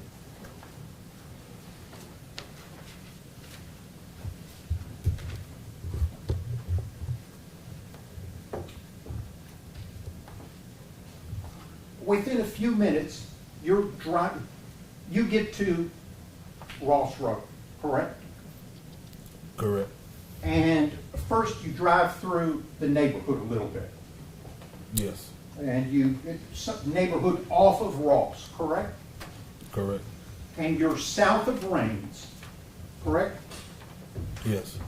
You never went north of Raines on Ross as part of responding to this call. I don't believe so. Okay. after all, the call was running southbound on Ross from Rains, correct? Yes. Okay. And you take a left turn off of Ross and drive through a neighborhood. Yes. You don't see anything that you connect with this suspect you're looking for, correct? Correct. And neither does Bean. Correct. You end up back on Ross Road driving south, correct? Yes. And in your rear view mirror, you see somebody that meets the general description of the suspect walking southbound on Ross, wiping his face, correct? Yes. And you make a U-turn. Correct. With that U-turn, you're on Ross, now facing north, just north of what turns out to be Castlegate Lane, correct? Yes. Windows rolled down. The windows were initially up because it was chilly out, right? Right. Windows rolled down, some combination of you and being, hey, to the guy you'd seen in the rearview mirror, correct? Correct. And he takes off running. Yes. Bean pops out of the car, takes off running after him. Yes. You park the car, get out, go back, lock the car, and take off running. Yes. You end up going up Castlegate Lane, correct? Yes. You're not sure where you are. Somebody's out on the street, in the yard, whether it's their yard or not. Somebody's in the yard. What street is this? What street is this? You're asking them, correct? Yes. And you get on the radio. You learn it's Castlegate Lane. You get on the radio, you tell dispatch, we've got him, we're chasing him on foot, Ross and Castlegate. Correct? Correct.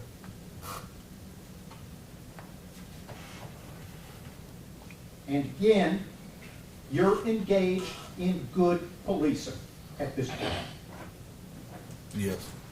Responding to a call for a suspect who's fled from officers at Ross and Rains, correct? Yes. And now he's fled from you and Bean at Ross and Castlegate. Correct. You get, what, roughly a block up Castlegate is Bear Creek. Yes. You get there, Smith, Bean, and this person who's run from you and Bean are on the ground. Correct? Yes. And at that point, good policing is detaining this person, correct? Yes. You had a lawful basis to detain him. Yes.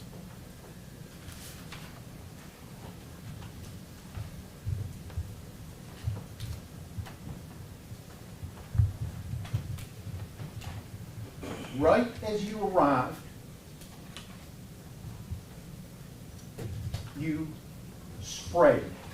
Very shortly after, you sprayed, correct? Yes. You sprayed twice, correct? 3 times. Well, the first 2 times you sprayed, you said the spray was ineffective, correct? Correct. And at about that time, Emmett Martin from Scorpion One arrives, correct? Correct.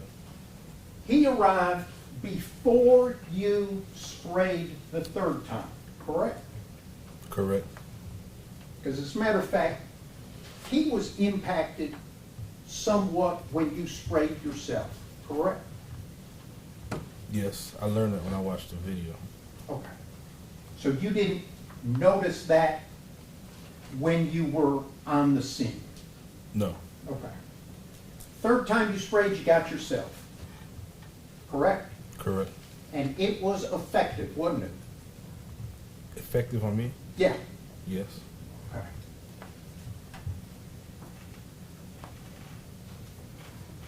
Caused your eyes to burn, face to burn, difficulty breathing, correct? Yes. And over the next several minutes, I think you testified, it would reactivate, it would sort of flare up. Yes. Okay. And that's something you were trained in the academy would happen with pepper spray, correct? Yes.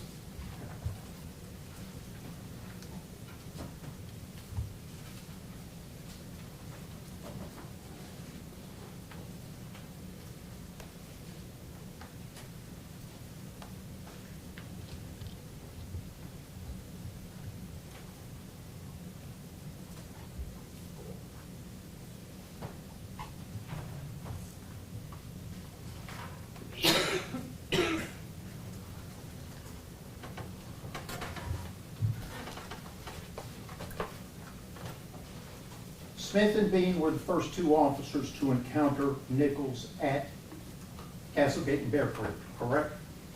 Yes. You were the third one. Yes. When you got there, you used pepper spray 3 times, correct? Yes.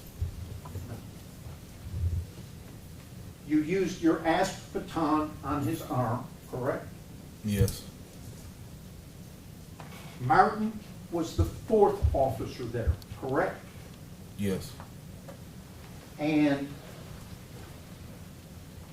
twice he kicked Mr. Nichols in the head when he got there, correct? Yes, I learned from the video. You learned that when you watched the video, correct? Yes. You were unaware of that at the time you were at Castlegate and Bear Creek, right? Correct. You couldn't intervene in his first 2 kicks, could you? No, Why not? I didn't know about it. So it's not reasonable to intervene if you don't know there's something to intervene about, correct? Correct. And it's not reasonable to expect intervention if you're not there, correct? Correct. Now, after your use of the asp baton, while you were at Castlegate and Bear Creek, you are aware that Martin punches Mr. Nichols in the head, correct? Correct.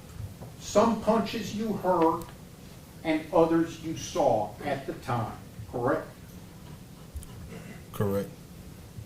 And since then, you have seen the punches, all of the punches by Martin on video, correct? Yes. All of Martin's punches to Mr. Nichols' head occurred before Mr. Haley got to Castlegate and Bear Creek. Do you agree? Yes.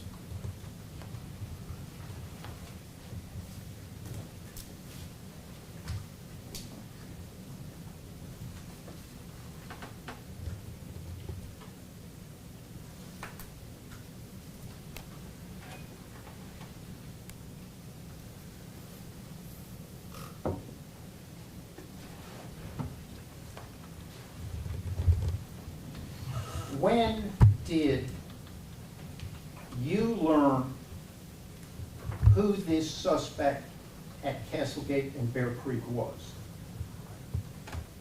You mean his name? His name. When everything was over, he was handcuffed. After he was handcuffed, When the paramedics went to see him. when the medical people, Memphis Fire Department is there, his wallet is gotten by law enforcement in the fire department, correct? Oh, I don't remember how. I don't Well, know. it's from his wallet that people learned his name on the scene, correct? Okay. I don't know how they got it, but I don't know how it was received, but I got information that it was Tyrie Nichols. Okay. Was there any planned before the traffic stop at Ralston Rains that you're aware of to find, detain, and injure a Tyrie Nichols? No. To your knowledge, did any members of the Scorpion team have knowledge of who was driving the blue Nissan Sentra that was stopped at Ralston Rains before he was handcuffed and detained at Castlegate and Bear Creek? Not to my knowledge.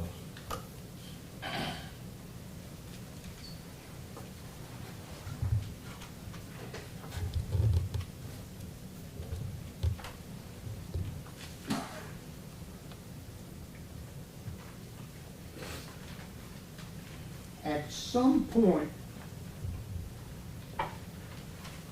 your lieutenant, your immediate supervisor, Lieutenant Dwayne Smith, arrived, correct? Yes. And you and Lieutenant Dwayne Smith walked from Castlegate and Bear Creek to Nichols's house, correct? Yes. Lieutenant Smith knocked on the door and spoke to the people who answered, correct? Yes. You stood back somewhat, but had your body-worn camera running, correct? Yes. And that was the purpose of you going with him, correct? Yes. Initially, the people who answered the door denied knowing who Tyrie Nichols was, correct? Yes. And after being told he was under arrest, the man and woman identified themselves as his mother and father, correct?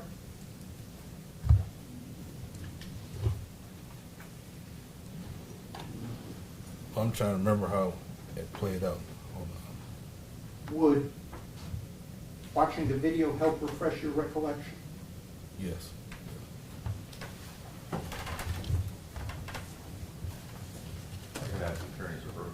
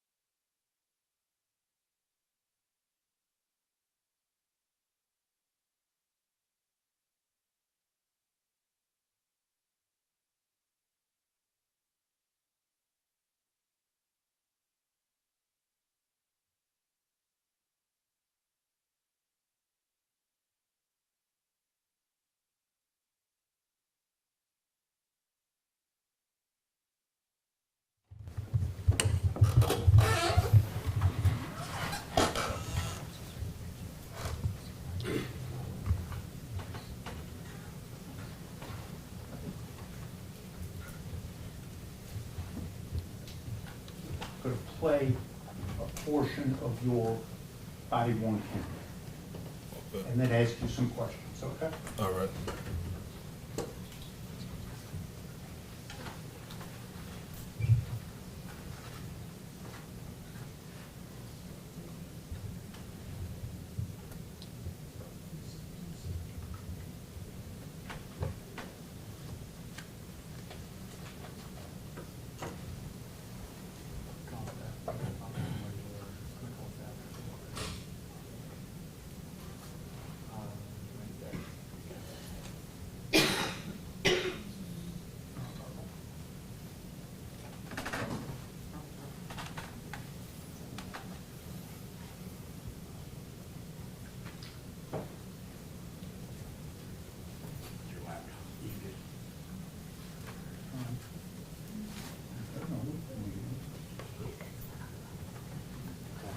Thank you, Rebecca.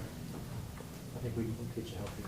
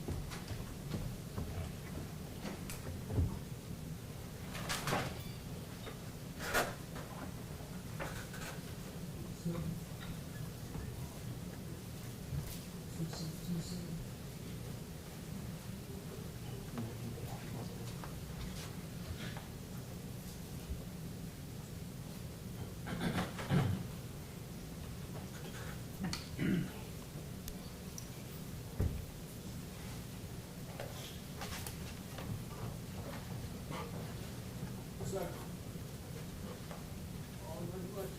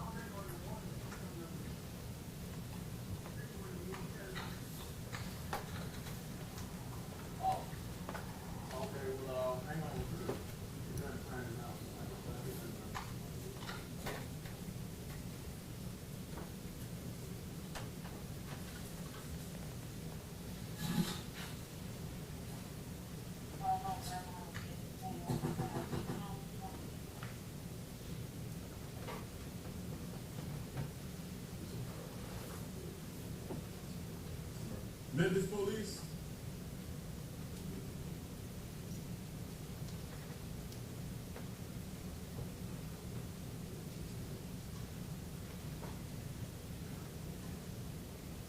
Hey, how you doing? All right, let's do this. Got the phone spot. That's Detective Field. You think for the Tyrie Nichols? Okay. You not guess how long you been living here? Oh, okay. All right. We got the reason I'm asking, we got this guy in custody, and he showed me the address. I guess he's supposed to be here before you. Oh.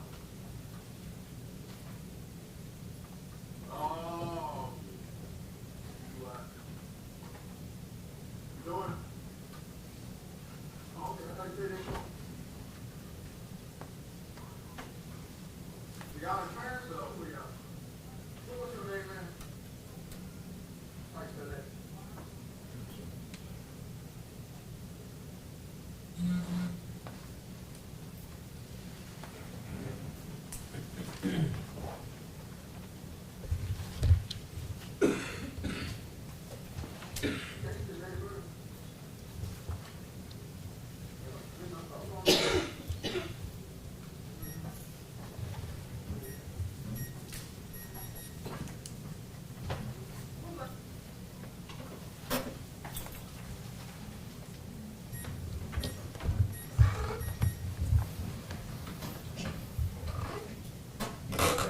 I'm gonna get a little revenge.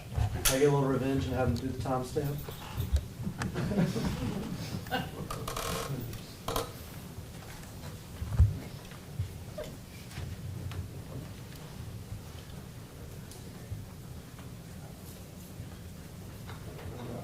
Yes. Oh, no, I withdraw that. It started at 20:57:35, and it ended at 20:57:33.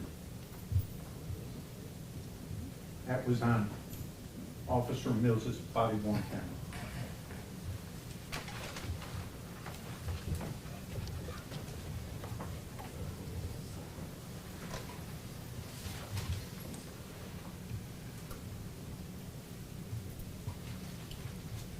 Now, on the evening of January 7th, 2023, after leaving the Wells's residence with your lieutenant, Lieutenant Dwayne Smith, you reported to him that you did everything by the book, correct? Yes.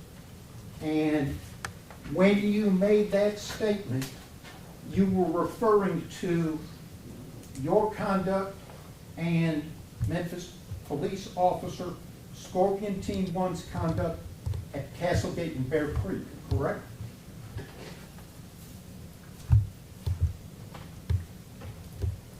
Did I say me or we did everything by the book? You're gonna speak up a little louder. Did I say me or we did everything by the book? I don't remember what I said exactly. That's what I'm asking you. Well, let me play a different section of this body-worn camera. And this is your Mills's body-worn camera beginning at 21:04:03.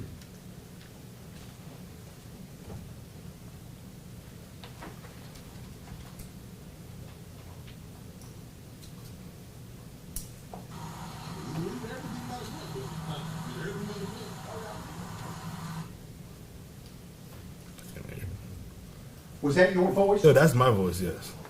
The video ends at 21:04:08. Yeah. Yes, I said that.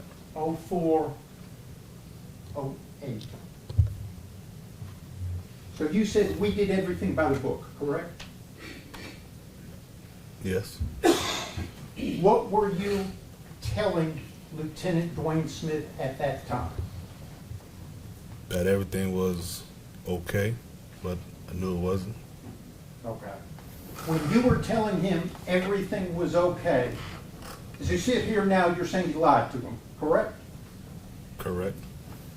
But when you were telling him everything was okay on January 7th, 2023, what were you referring to? What was everything? It was your conduct at Castlegate and Bear Creek in dealing with Tyrie Nichols, correct? Correct. And it was your fellow officers' conduct at Castlegate and Bear Creek dealing with Tyrie Nichols, correct? Correct. And that covered all of the force. When you were talking about the entire interaction with Tyrie Nichols at Castlegate and Bear Creek that evening, January 7th, 2023. Yes. And Mr. Haley was there arrived several minutes after you did, correct? Yes. He arrived after Mr. Nichols was initially engaged by Justin Smith and Tadarius Beaton, correct? Correct. And he arrived after you got there, because you were the third officer, correct? Correct. And he arrived after you used the pepper spray all 3 times, correct? Correct. And he arrived after you used the asp baton, correct? Correct. And he arrived after Emmett Martin punched Nichols in the head 5 times, correct? Correct. And having seen video afterwards, he arrived after, as Mr. Hackerman says, Emmett Martin soccer kicked him in the head and kicked him a second time, correct? Correct.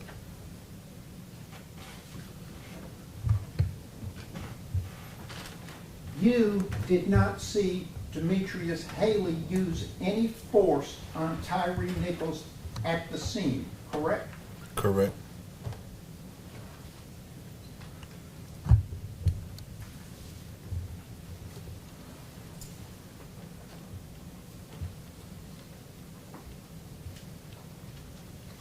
Now,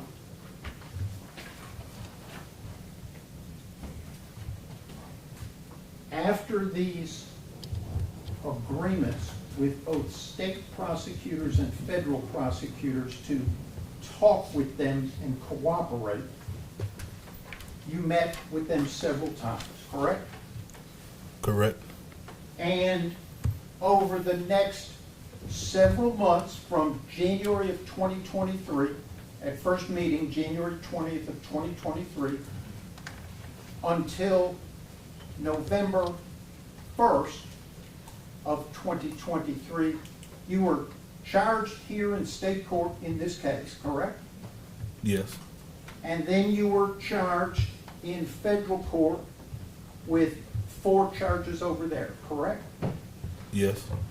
And as a result of all of these interviews pursuant to these agreements, to cooperate with law enforcement, federal and state, anytime they ask, meet with them and talk, correct? Correct. You did work out 2 plea agreements, one for the federal case and one for the state case, correct? Correct. And as a matter of fact, in federal court, you have formally entered a guilty plea, correct? Correct. I'm going to approach your Honor.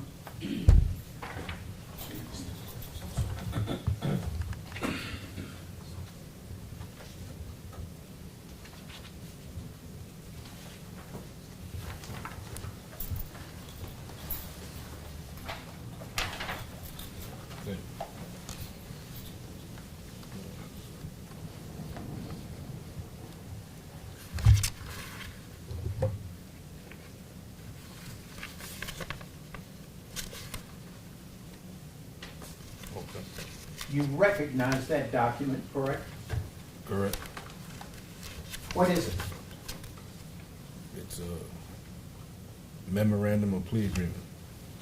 It's your written plea agreement over in federal court, correct? Correct. And you've signed it, right? Yes. It's got your signature. Yes. And pursuant to that agreement, on November 2nd, 2023, you pled guilty to 2 charges in federal court, correct? Correct. And one charge that you pled guilty to was violating Tyrie Nichols' civil rights resulting in his death, correct? Correct. Count 1 of the indictment. Correct. You pled guilty to that. And you also pled guilty to another count, essentially conspiracy to obstruct justice or cover it up, correct? Correct. Your Honor, I'd ask that that be marked as the next number exhibit. Any objection? No judge.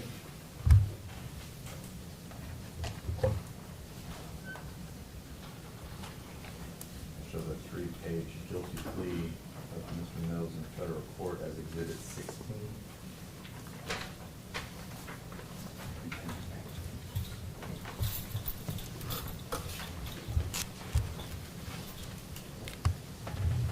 And that agreement, let me see if you agree with these parts of that agreement. Number 1, you agree to continue to cooperate with prosecutors, correct? Yes. Both state prosecutors and federal prosecutors, correct? Yes. And you agree to testify if, against Demetrius Haley and anybody else, if you're asked to, both in federal court and in state court, correct? Yes. And you did testify in federal court, correct? Yes. Spent 3 days on the stand? Yes.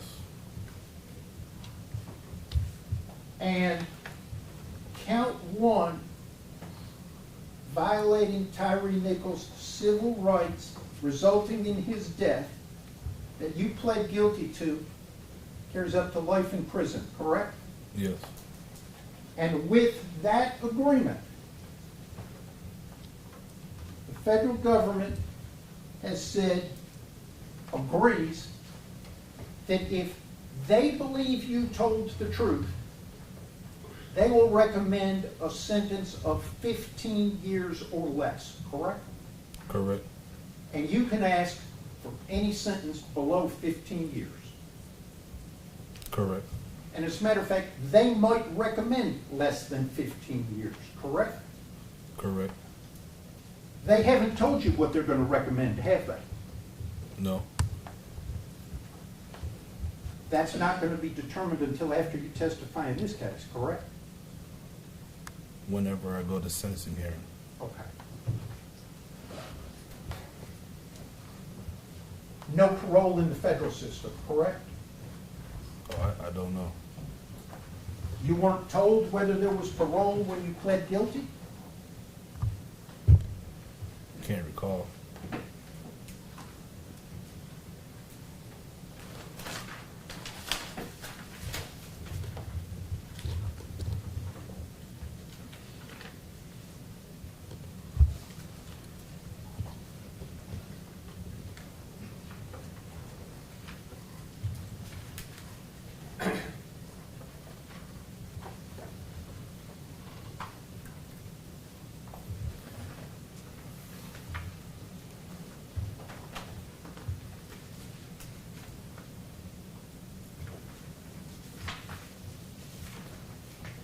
court's indulgence.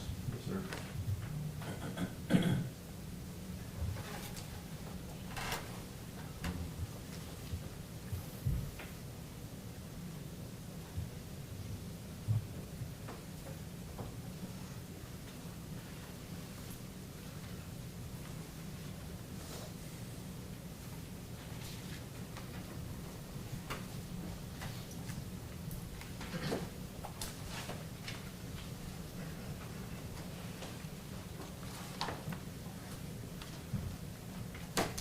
Do you recall when you pled guilty in federal court, being put under oath and asked questions by the judge?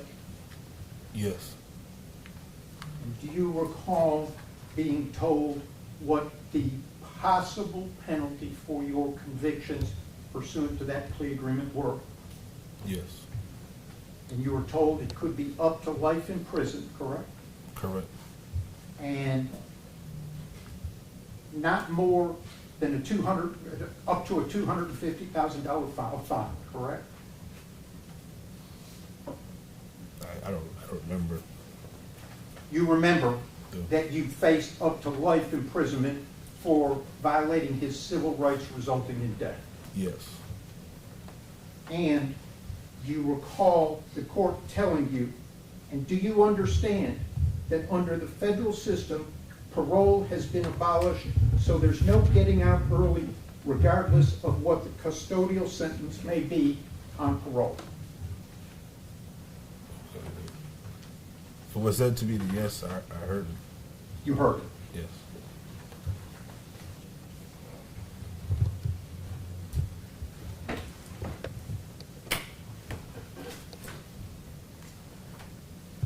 Now, as has been gone over earlier, that 15-year business is the federal prosecutor's commitment as far as a recommendation, correct? They will not go over. Correct. They'll recommend 15 years or less, depending on how they feel your testimony went, correct? Correct. And at the same time you were pleading guilty in federal court, you had reached an agreement with the Shelby County District Attorney's Office to plead guilty in this case, correct? Correct. And your memorandum of understanding is the written agreement you have with the state, correct? Correct. It's been made an exhibit here today, correct? Yes. If you need it to help answer questions, if you need to refer it, let me know, okay? Okay. Is it a fair assessment that once you're done with your cooperation, you'll be sentenced in federal court, correct? Correct. And the federal judge will determine the sentence after hearing from the federal prosecutors and your lawyer and you, correct? Correct. And then after you receive that sentence, you will come back to this court and plead guilty under this written agreement, correct? Correct. You don't even know what you're going to plead guilty to yet, do you? The charges. The criminal charges. All of the criminal charges? Don't know yet. Okay, you don't know what you're going to plead guilty to, right? No. But you're going to plead guilty to something and get a sentence the same as the federal sentence, correct? Correct. And your state sentence will be the same as the federal sentence, right? That's your understanding. Yes. And your state sentence will be served at the same time as the federal sentence, correct? Correct. And it will be served in the Federal Bureau of Prisons or on federal probation, whatever the federal judge determines, correct? Correct. So every day of the federal sentence that goes by and you complete, you're completing a day of the state sentence same day, correct? Correct. Serving two sentences at the same time, just like they were one, correct? Correct. So, here in state court, you essentially get a pass on this case, correct? No. Well, how much more punishment do you get in the state case than the federal sentence?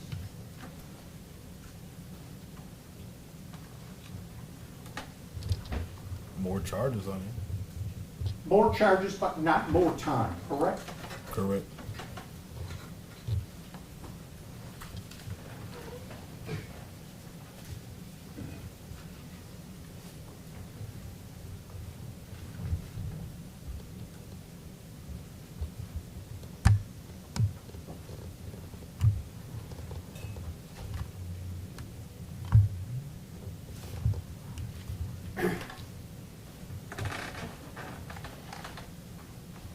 The federal prosecutor and the state prosecutor living up to these written agreements and making their recommendations depends on their satisfaction with your testimony in both cases, correct? Correct. Neither one has told you they've got any problem with your testimony over in federal court, correct? I haven't spoken with them since. Your lawyers never told you there's been a problem, correct? Correct. You have no indication that the feds are not satisfied and not going to live up to that recommendation of 15 years or less, correct? Correct.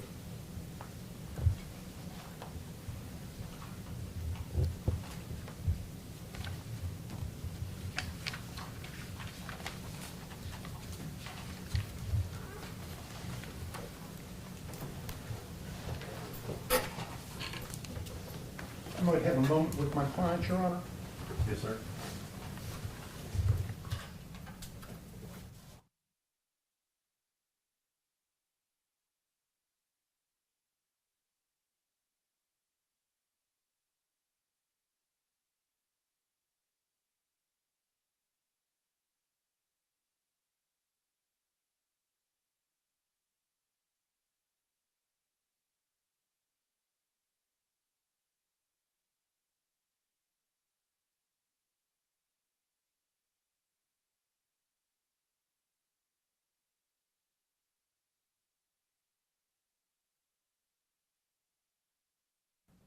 Ladies and gentlemen of the jury, is there anyone that needs a break? Everyone okay?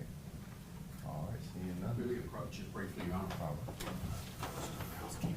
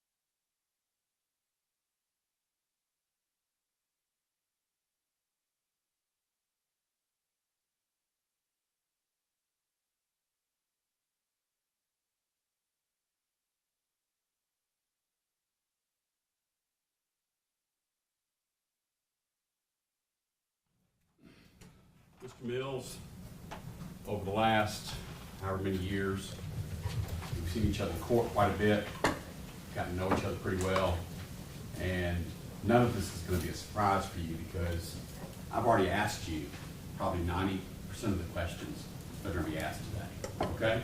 Okay. No trick questions. In fact, I'm probably going to bore everybody to tears and just read from your earlier testimony. All right? All right. You testified under oath, subject to perjury, and I cross-examined you, and you answered my questions, right? Subject to perjury? You were under oath Yes. when you testified, so therefore you'd be subject to perjury if Okay. you lied, right? Yes. Okay. And there's no, like I said a moment ago, there are no trick questions here, okay? Okay. But you and I have already spent quite a bit of time together asking questions and answering questions. So I was just trying to give you a heads up to that, okay? All right. By the way, a little bit of housekeeping. You were asked by Mr. Stingle, would you like to see some videos in order to determine whether or not that would refresh your recollection? The first question was about whether or not the family denied knowing Mr. Tyrie Nichols. Then they played that video. But I did not hear Mr. Stingle ask you, does that refresh your recollection? Oh, yes, it does. Did it refresh your recollection? Yes, it did. And was Mr. Stingle's question correct? That is, initially they said they didn't know who he was? Yes. Okay. And secondly, you were asked whether or not you did everything by the book, or we did everything by the book, when you're talking to Lieutenant Smith. And again, he shows you video clips. So I'm formally asking you, did that refresh your recollection? Yes. Did you tell your lieutenant you did everything by the book? Yes. All right. Now, harken back to one time before when I examined you. We went through the internal affairs statement, and then your agreement, your statements given to the FBI, and we went through all those statements. And at one point, I don't know if it was me that asked you, it may have been one of the lawyers, but you said, hey, I lied. And then I asked you, why did you lie? And that was the IEB statement, the internal affairs statement that you gave. Do you remember me asking that? I don't remember asking you. Let me see if this helps. And your answer was, I lied because I needed this job and I needed to keep my health insurance. Do you remember that? Yes. So when you testified with me, that's why you explained why you had lied. Is that right? Yes. And is that still your position? Yes. Now, you may or may not recall from earlier court, I tend to do things in chapters. I try to keep myself organized. And so the first area that I'm going to be asking questions about are answers that you gave Mr. Hagerman during that examination. Okay? So I'm going to stick to that. I'm trying to focus on that first. Okay? Now, your memorandum of understanding agreement that you signed with District Attorney Mulroy said that you're going to cooperate, testify truthfully regarding the death of Tyrie Nichols and its cover-up. Remember that phrase in there, cover-up? Okay. Mr. Hagerman read you the memorandum, and I heard him ask, and you say yes, it's regarding the death of Tyrie Nichols and its cover-up. Yes. Did you cover up anything surrounding the Tyrie Nichols death? Did you? Not anybody else right now. Did you cover anything up regarding the Tyrie Nichols death? That calls for a yes or no.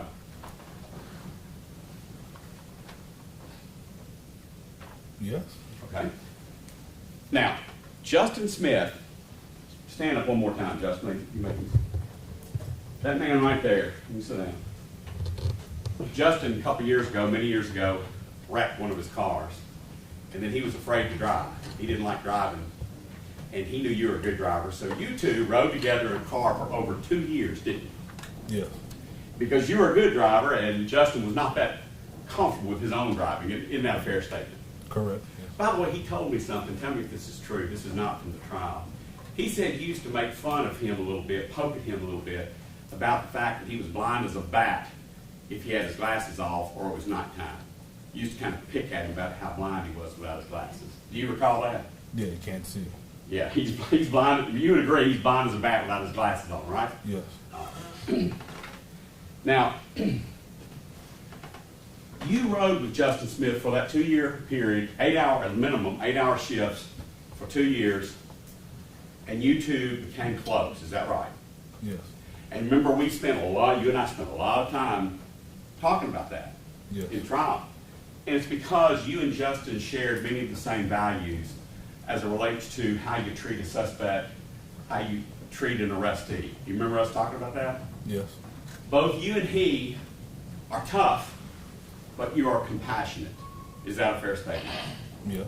And would you still say that about Justin Smith, that he is a tough but compassionate cop? Yes. Is he brave? Was he brave? When you rode with him, was he brave? Yes. Was he honest? Yes. Was he honorable? Yes. Those are two different things, honest and honorable, right? Yeah. You knew him so well, you actually knew his wife, did you not? You met his wife, and I mean, y'all didn't socialize about dance or anything, but you knew his wife, Yes, I and he knew yours, right? I think we probably heard each other when talking on the phone. Okay, that's fair. Thank you, sir. Now, going back to that memorandum of understanding about cover-up. In all the time you knew Justin Smith has never covered up a single thing in his career, has he? Not that I know. You're the only guy I've got on the stand, so I gotta ask you. Oh, I'm saying no, not that I know. Thank you. In fact, you know of the Charles White incident, aren't you? Charles White incident. That ring a bell? Do you know who Charles White is? He was a white cop Ah, yes. on Scorpion. Had some weird looking hairdo. Big old boy. White guy. Yes. Y'all had a juvenile in custody over there in Flicker Street and was handcuffed. He was giving some lip to somebody. And Charles White slapped him across the mouth, didn't he? Yes, I heard about it. I was all for it Right. about that. And what you heard about was a squad room full of officers. I'm sorry, Mr. Mills he wasn't there for this? It's his reputation Well, testimony. I would object to specific, we get approached.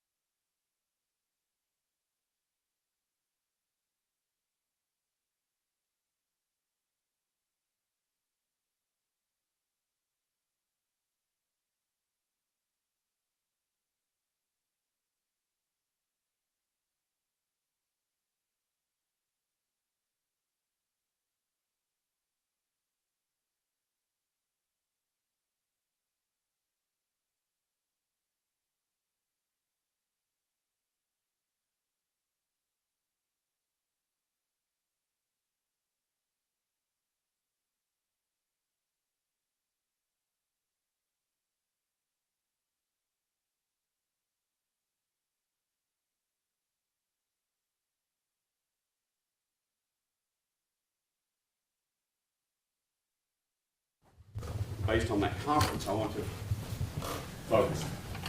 OCU, big umbrella, Scorpion, one, small team consisting of about 6 people on the team. Is that right? 10 maybe. Okay, 10. Yeah. 6 to 10. But it's a fairly small, tight unit. Is that right? Yes. And Justin Smith had been in OCU and CAT with you, criminal apprehension team, and Scorpion, which was renamed by C.J. Davis, for about 3 years. Is that right? Yes. And in that 3-year period of time, Justin Smith had a reputation within OCU and Scorpion. Is that right? Yes. And that reputation included that he would not tolerate abuse by a cop against a suspect. Isn't that right? Yes. And that was borne out specifically because your agreement to cooperate is to about cover-ups. Part of that reputation is how he proved himself in the Charles White incident. He turned him in, didn't he? I don't know who turned him in. Okay, fair enough. I'll move on. Getting away from what Justin may or may not have done regarding Charles White. You were not present when Charles White supposedly did something? Yeah, I was not there. Move on. You talk about the Scorpion team mission being a, quote, zero tolerance mission where MPD brass, I call it MPD brass, you know what I mean, right? Yes. MPD number crunchers would send you out into an area of Memphis that had a spike in criminal activity, and that would be drug dealing, murders, carjacking, that kind of thing, right? Yes. And you said that your mission was to make contact with people by way of traffic stops. Yes. It had to be a legitimate speeding stop or something. To make contact with them, because the goal was to get felons off the street, to get guns off the street. You said that, right? Yeah. And you said the word switches when we were talking, when Mr. Hager was asking questions. some of these people may or may not know what a switch is. What is a switch? I didn't say switches, but I know what you're Mr. talking Hagerman about. did. Oh, I didn't Let me say. do it another way. Was that one of the goals of the Scorpion team, was to get guns and switches off the streets Guns, drugs, cars, and seize cash. and seize cash? Yeah. That's probably what I said. Huh? I think that's probably what I said. Seize Okay, cash. fair enough, because you're a low talker and I'm deaf. Okay? All right. And part of what you said was, you clarified that if you can make contact and you can find a felony amount of drugs in that car, you get to seize that car, you get to seize that cash, right? Yes. Even if that car is titled to that man, if it's carrying drugs, MPD seizes it, right? Correct. Now, you weren't a policymaker of MPD, and that was the policy sent down there to you guys on the Scorpion team to make contact with these people for that purpose, right? Yes. So if somebody turned back using their signal, or they were speeding or running red lights, that was a reason for a Scorpion unmarked car to make a traffic stop. Is that a fair statement? Yes. In fact, that's what y'all did. Yes. And you would go to hot spots where there were drug deals going on, gas stations or whatever, and you would, for lack of a better word, station yourself there, camp out there, looking for hand-to-hand drug transactions, and you would investigate it and attack that crime, right? Yes. All right, and as part of this, you went to a detective school in order to be for lack of a better word, an undercover detective with skills in narcotics, those kind of things. Is that right? To be an OCU, yeah, technical school. Right. To be an OCU, you went to be a tech or a detective Yes. in order to be skilled and qualified in recognizing those type things. Is that right? Yes. And in the, how many years were you in CAT team or OCU, Scorpion? OCU over there since I said COVID, so whenever. COVID-19, so it's 19. It's about 2020, 2020, I guess. Okay. 2019. Up until 2023. So 3 or 4 years. Yes, about 3 years. Do you have any idea over that 3 or 4 year period how many felony arrests that you don't have to be the one making it, but you assist somebody else sometimes making a felony arrest? Do you have any idea how many felony arrests that you made over that period of time? A whole lot. I know. And would it surprise you, and you can just tell me you agree or disagree or my number's wrong or my number's low, just ask, that Justin Smith and anyone who's been in OCU for a period of 3 or 4 years like you have made over 1,000 arrests, either directly or been involved as a secondary officer over that period of time. That's accurate. It's about one a day, isn't it? Yes. Okay. Now, I want to ask you, of the number of arrests that you made or OCU members made, nearly 1,000 over three years, what percentage of those suspects had some form of hidden weapon on them? And by percentage, I'm talking about 40%, 70%. I'm just asking you, in your experience. Hidden weapon, and we dealing with Scorpion team.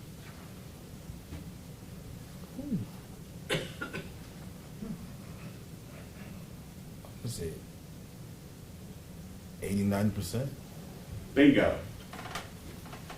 So out of 1,000 people that you and your teammates had to lay hands on and arrest, 800 to 900 of them had some form of hidden weapon either in their pocket or their waistband. Is that right? Yes. And would you agree with me, I think you agreed with me before, that until a suspect is in handcuffs, nobody is safe? I think that's your words, isn't it? Handcuff and search. No one But, safe. man, great. So not only are they handcuffed, then they have to be searched. And until then, no one is safe. Correct. More than 1 or 2 officers on the Scorpion team have gotten disciplined for handcuffing someone, obviously not doing a good job searching them, and a weapon is found inside the squad car later. Isn't that true? Yes. So until they're thoroughly searched and handcuffed, no one on that scene is safe. Is that right? Yes. All right.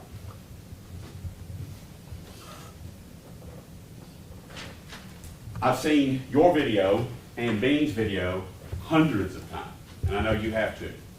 Okay? And by the way, I think your agreement to cooperate with the federal government and the state government came on January 20th. In case that comes up again. Nichols died on the 10th. Your IEP was on the 11th. Does that sound right to you? January 11th? Yeah. and then on the 20th is when you entered into those agreements. So you were cooperating as early as January 20th, after Nichols' death, right? Cooperating, yes, Okay, and you're here to tell the truth. yes.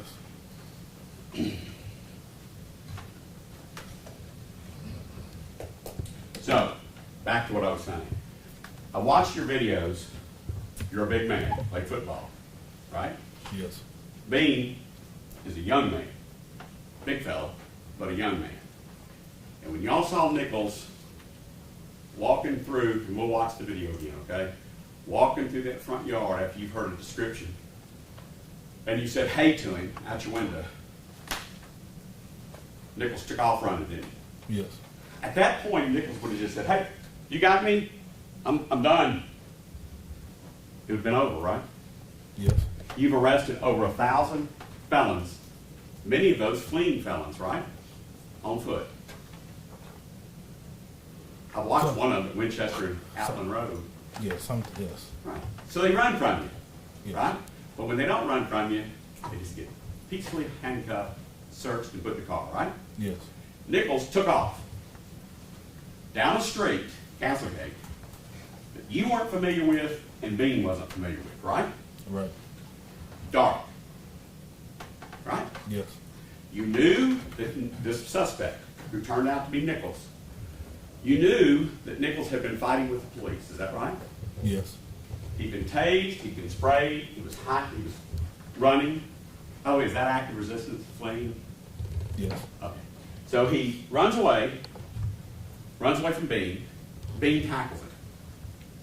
At that point, when Bean tackles him, no cop in Memphis knows if that suspect has a gun on him, right? Right. And it doesn't matter if we learn 4 years later that his mom lived down the corner, around the street, or anything else, because your job, and Bean's job, is to chase that suspect down, put him in handcuffs, search him, and find out why he was fighting those other cops. Is that right? Right. That's exactly what Bean did, right? He chased him down and caught him. Yes. You were surprised and shocked when you got up there. You thought you were just chasing Bean. Yes. You were surprised and shocked to see Justin Smith there, weren't you? Yes. Okay. And of course, we'll hear more about what Justin was doing there. But when you got up there, Justin and Bean are crouched over approximately 90 degrees in a crouch, trying to get Nichols under control. Is that right? Yes. Now, originally, you had told the FBI, federal government, that Bean and Smith were punching Nichols. But then Mr. Perry took his video and he slowed it down kind of like half speed like he did today. He played it for you at trial, and you watched it, and you concluded that when you watch it in slow motion, Bean and Smith never touch Nichols' face. It's his hands that they're slapping, right? You've concluded that, haven't you? Yes. And that's the truth, isn't it? No punch to the face. You made an honest mistake when you said, hey, when I came up, they were punching him in the face. But then when you looked at it, you said, nope, they weren't punching him in the face. Yes. When the camera slowed down, yeah, I saw that. Yeah. And in fact, the whole time you were out there, Bean and Smith never touched Nichols in the face or head area, did they? That you saw. No, that's all. No. Okay.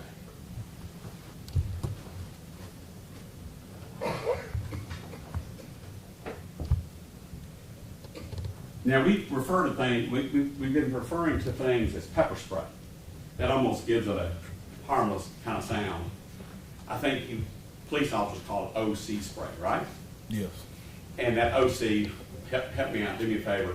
What's OC stand for? I forgot the proper name, but it's an extremely hot pepper, I think. Right, it's something capsium, Yes. Elysium capsium or something, right? Something very hot. It's, people like me can't own it, can they? Only cops can do it, right? I don't think so, yeah.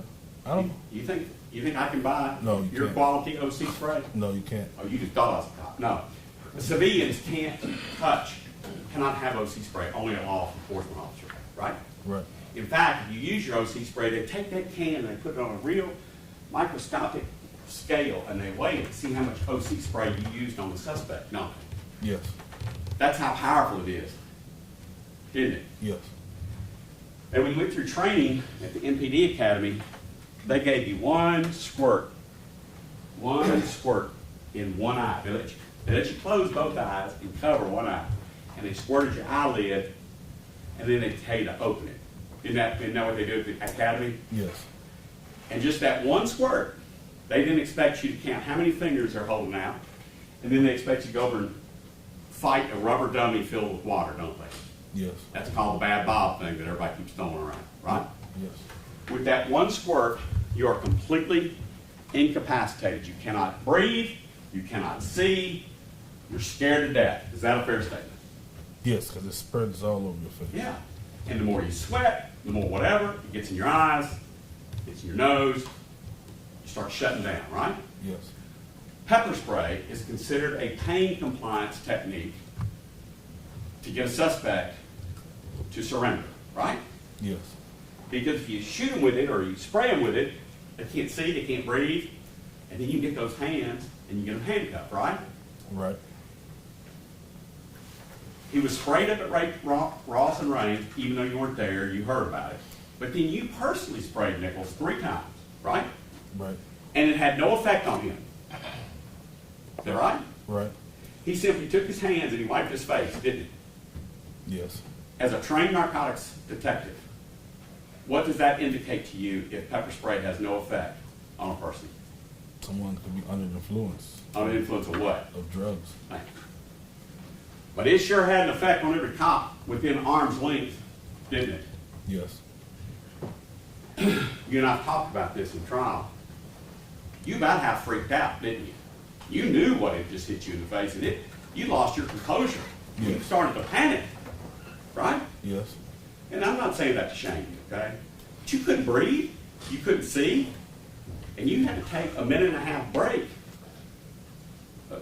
from the action, didn't you? Yes. You had to take off your baklava, you had to try to get your breath back, right? Yes. What's Justin and Tadarius doing while you're over there getting your breath back? They still with Mr. Nichols. Right, they got sprayed too, and they're still engaged with Nichols trying to get his hand behind his back, right? Right. They, as they taught you in the MPD Academy, they stayed in the fight. Is that right? Yes. And that pissed you off that those two guys stayed in the fight. You were kind of mad at yourself that you didn't, and you came over and you were going to stop that business, weren't you? You were going to stop Nichols from resisting, right? Yes. You weren't going to kill him, but you were going to stop him from resisting. Is that right? Right. Now, in a moment, my 63-year-old self is going to get down on this ground, okay? But before I do that, I want you to think of something. When you came over to Nichols, you saw that he had balled his legs up underneath his butt, and he had his right arm extended, bracing himself, coming up off the ground when you came back over. Isn't that right? Yes. And that's why you had to try to get that arm out from under him to get him back to the ground. That's why you whacked him as trained on his arm. Isn't that a fair statement? You said the best. I hit him with the baton Yeah. because I was angry that I sprayed myself. I know, but remember we worked through that when somebody asked you, yeah, you were angry, but if he would have just said, hey, I'm done, you wouldn't have just continued to beat him with the baton, you would have stopped as well. So I understand that you were angry, but you were still doing your job, is that right? Yes. Because if Tyrie Nichols gets up off that ground and he's not been searched and 90% of your fleeing suspects are armed, it's about to get bad for the cops there on the scene, isn't it?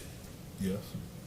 Because he could have a hidden weapon, pocket, waistband, knife, box cutter, whatever. If he comes up off that ground, there's going to be trouble, right?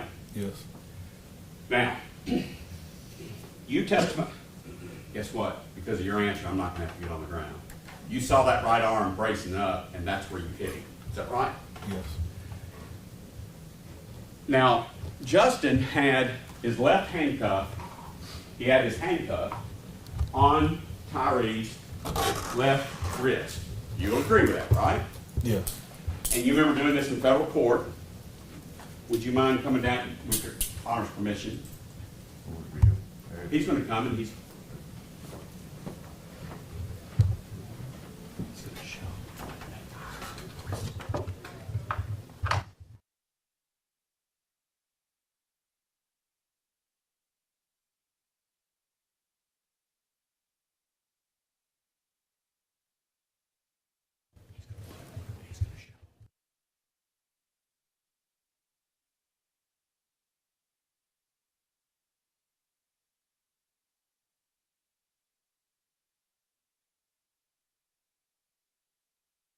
Come down here just like we did in federal court, okay? And as I told you in federal court, I'm very old, try not to break any of my girl bones. With that left handcuff, or V handcuff, on my left wrist, and for a change I have the key. Okay? You hadn't done long, so you just put them on any way you want to. Now, so the goal is, when you get that first handcuff, first hand handcuff, you've got to keep that hand controlled and get behind the back, don't you? Yeah. Why is that? Because you can punch with that hand, you can use for a weapon, you can use this and kick me as a That's right. And if I snatch this out of your hands, okay, now, that's good enough. Oh, wait, one more thing. If I don't comply and do what you tell me to do, one of the things you can do is you can pinch down on this bracelet even tighter, can't you? Well, I won't purposely do that. That I happens- appreciate it. It happens if the suspect won't allow you to double lock you so that they won't quit down home. Yeah. And then, if you still won't comply, you can do an iron wrist lock, can't you? Show us that. And you just keep going until what? Pull up on the handcuff and the wrist, there should be pain compliance and it should stop. Right. All right. Now, if someone does not comply, in other words, with that very painful maneuver, thank you for doing that. If someone does not comply with that very painful maneuver, what does that also indicate to you? They're resistant. Okay, well, we know they're resistant, that's what we're here about. But what does that indicate to you if that level of pain does not make him surrender? Under the influence. All right. And so Justin had the left handcuff on Tyrie Nichols, right? Yes, sir. And you've seen the videos. You may or may not recall it from the night because of your eyes, okay? I learned it was handcuffed from the videos. Right, that's what I'm saying. You may not recall it from the night because your eyes were shut down, right? Yep. So, but from the videos, you see Justin Smith doing exactly what you just demonstrated. He had the left arm handcuffed and was attempting to twist it and prone him back out. You've seen that on the video, haven't you? Yes. And it wasn't working, was it? No. And he had his right arm down on the ground getting up, Yes. and you batoned him. Correct. And yet, even though you batoned him, he still got up on both feet, both legs. Is that right? Yes. Tyrie did. Yes. How dangerous is it at that point? We've already been at Raines and Ross, where he fought with 3 cops. Now we're up off the ground after Bean has tackled him, twisting his arm. He's still up off the ground. How dangerous is that for you as a police officer? It's dangerous. It really doesn't get any more dangerous than that until the gun is produced, is it? Yes. And that's when Emmett Martin did what he did. Right? Right. And you and I spent a good bit of time earlier. It upsets you to watch that video. Right? And I would suggest it upsets anyone. Okay? Right. But you said that as it relates to the kicks where Martin comes up, boom, boom, to his head, you didn't see those, right? Because of OC spray, right? Yes, I wasn't near the officer at the time. Well, we'll watch it on video, okay? But the first 2 kicks, when he comes running up, is right after you had given the 3rd spray. Yeah, I didn't see it. Okay, you didn't see it because there's a lot of pepper spray in the air, right? Correct. You would agree with me that Justin Smith has been over at 90 degrees angle trying to get the handcuffs on him, right? Yes. You have no idea. You have no idea if Justin saw anything, do you? No, I don't know. In fact, you had to bet Justin didn't see anything, did he? Your He's Honor, blind as a that bat. that literally calls for speculation. Let me see if I can rephrase it. You've described him as blind as a bat Yes. at night with no glasses and pepper spray out there, right? Right. Justin Smith's glasses were knocked off initially in the fight. You know that because y'all spent 5 minutes looking for his glasses, right? I don't remember that, but You don't remember it? could happen. But one thing we do know is you did not have your hands on Tyrie Nichols trying to get him handcuffed, and you didn't see Emmett Martin kick him in the head, did you? No. And you didn't see Emmett Martin punch him what you believed to be the first time. You heard a thump. Is that right? Correct. And in fact, you didn't know there were 5 punches until the FBI showed you the video over and over and over again to see the 5 punches. Is that a fair statement? Correct. And that was because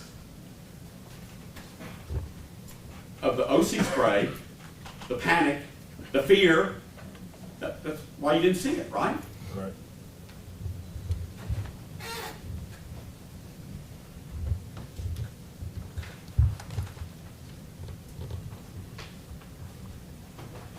You remember Mr. Hackman asking you, did Nichols ever punch or produce a weapon? You remember him asking that question on direct examination? Did he produce a weapon? If you don't remember, we'll move on. Yeah, I don't remember. By the way, do you need to wait until somebody produces a weapon to do something? No.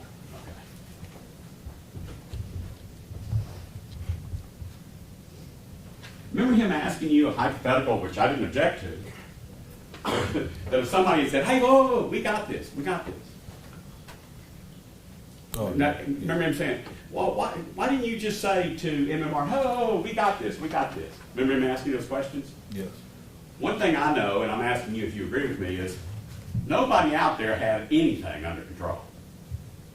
Nobody, no officer had that situation under control, did they? True. So it'd be pretty stupid to say, we got this, right? All right.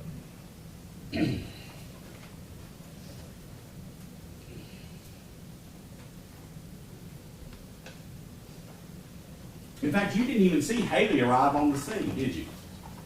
I think you testified that. You didn't even see Haley roll up, did you? Not until I watched the video. Right, no, we're right. While on the scene, you didn't even see Haley roll up, No. right? No, I didn't. Again, because of the pepper spray, right? Right.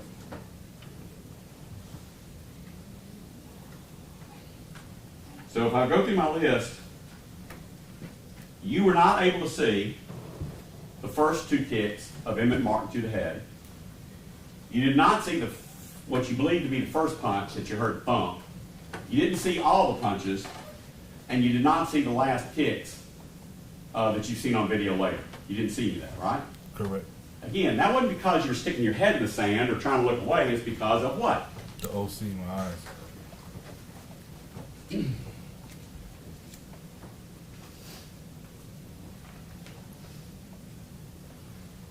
I asked you this in federal court, so I'm asking again. It's not an attack upon your manliness, manhood. Were you, prior to hitting Nichols in handcuffs, were you afraid? I was afraid. Were you fearful of what was about to happen? What could happen, what was about to happen? Once I saw him, No. wait. Maybe I poorly worded the question. Before we came to this somewhat air-conditioned courtroom, when you were out there that night dealing with Tyrie Nichols, before he got handcuffed, before that last handcuff went on, were you experiencing fear, Yes. exhaustion? Yes. Were you completely perplexed by why this one guy is whipping y'all's tail? Yes. That's a pretty good description, wasn't it? That guy was whipping y'all's tail, wasn't he? Yes. You've taken people into custody alone with guys bigger than me with that much problem, right? Right. So much so that in your 6 years as a cop, this was the first time you ever had to take your baton out of a chief. That's how bad it got. Isn't that right? Yes. First time.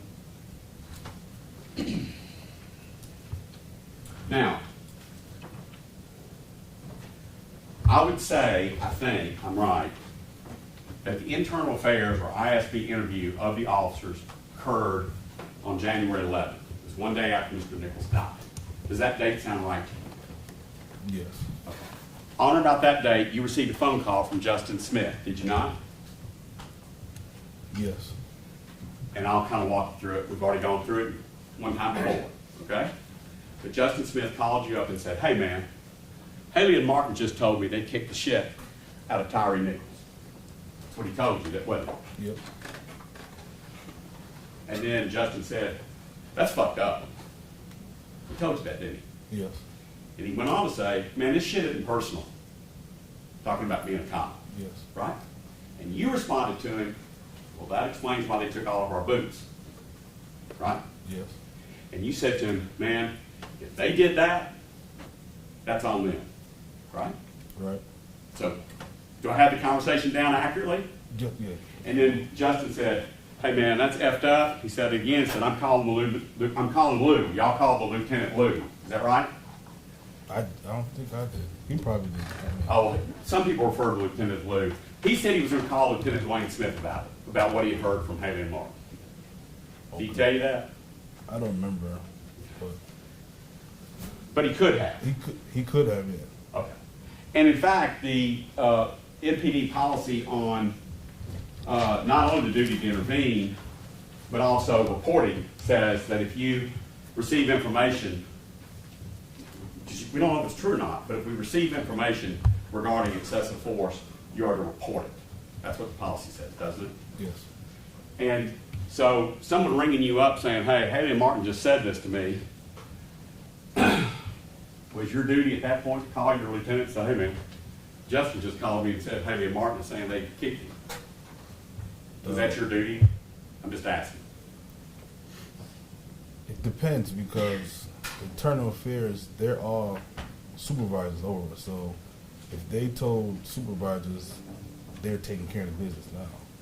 No, I agree with you 100%. I'm not saying go run into internal affairs. I'm saying you have a duty to report it, which would be to your supervisor, your lieutenant.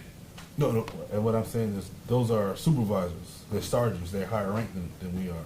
So What, at IAB or? yeah, IAB. Yeah, So but IAB is meant as an independent arm to investigate. Would you agree with that?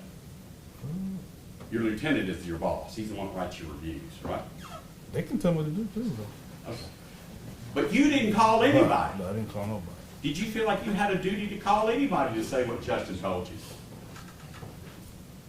No, because internal affairs already know. How did you know? How did Internal Affairs already know about this? Because that's who he gave it. When they came out of, when Smith called me, he said they came out and said that they said they were kicking. Those statements went to internal affairs. May I just give you another option? Okay. What if Haley and Martin hadn't told Internal Affairs, but they were instead just telling Justin on the sidewalk? Oh, but then, Right? yeah. Okay.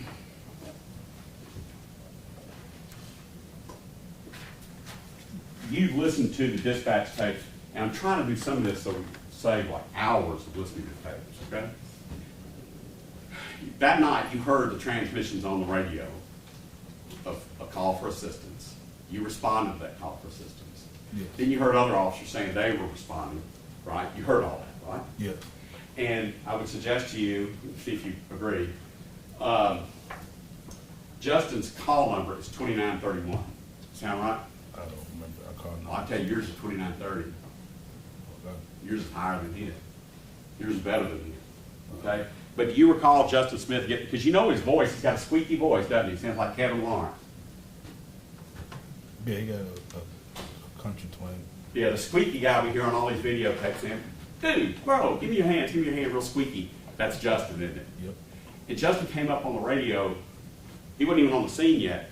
He came up on the radio and told the Memphis Police Department dispatcher to go ahead and roll MFD if chemical had been used. Is that right? Yes. And then Dwayne Smith, who is 2901, he comes up on the radio and asks dispatch if they have K9 available. You remember that call? I heard that today. K9 is like right next to shooting somebody as it relates to the force continuum, isn't it? I think it was number 6. You get the list in front of you? I'm doing it from memory. Yes, right here. Number 6. Yeah, what is 6? That's that. Impact weapon, less lethal weapons, MPD K9. Okay. And then guns. And then deadly force, yeah. But dogs are pretty high up on the list, right? Yes. So here, a lieutenant, he's not even on the scene. He's seeing if there's K9 available. Is that right? Yes. Did I hear you say on direct examination with Mr. Hagerman that in fact Tyrie Nichols was the most difficult arrest you had ever tried to make in your however many years at NPD? Did I say that? I don't know. I don't want to misquote you. No, I I'm don't sitting know. way over there, and I thought I heard you say that the arrest of Tyrie Nichols was the most difficult one you had. I don't recall saying that. Okay. Well, you tell me now. Was the Tyrie Nichols arrest the most difficult one you had in 6 years as a cop? It's the only arrest that I got criminal charges from. Yeah. That's not what I'm talking about now. You know, they accuse lawyers of tricking people, okay? From a strength, from a pain tolerance level. Just one guy weighs 180 pounds, okay? From a pain tolerance and strength level, have you ever faced a more difficult arrest in your career at MPD?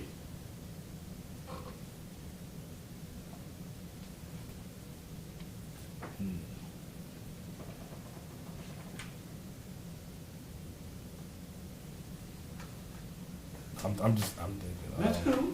But I'll take it as a no if you can't think of one. I'm saying that was the most pain tolerance arrest Okay. I made.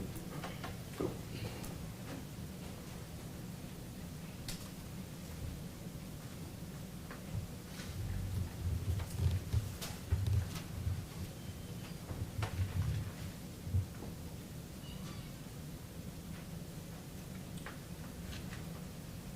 With your indulgence, I'm trying to get through now.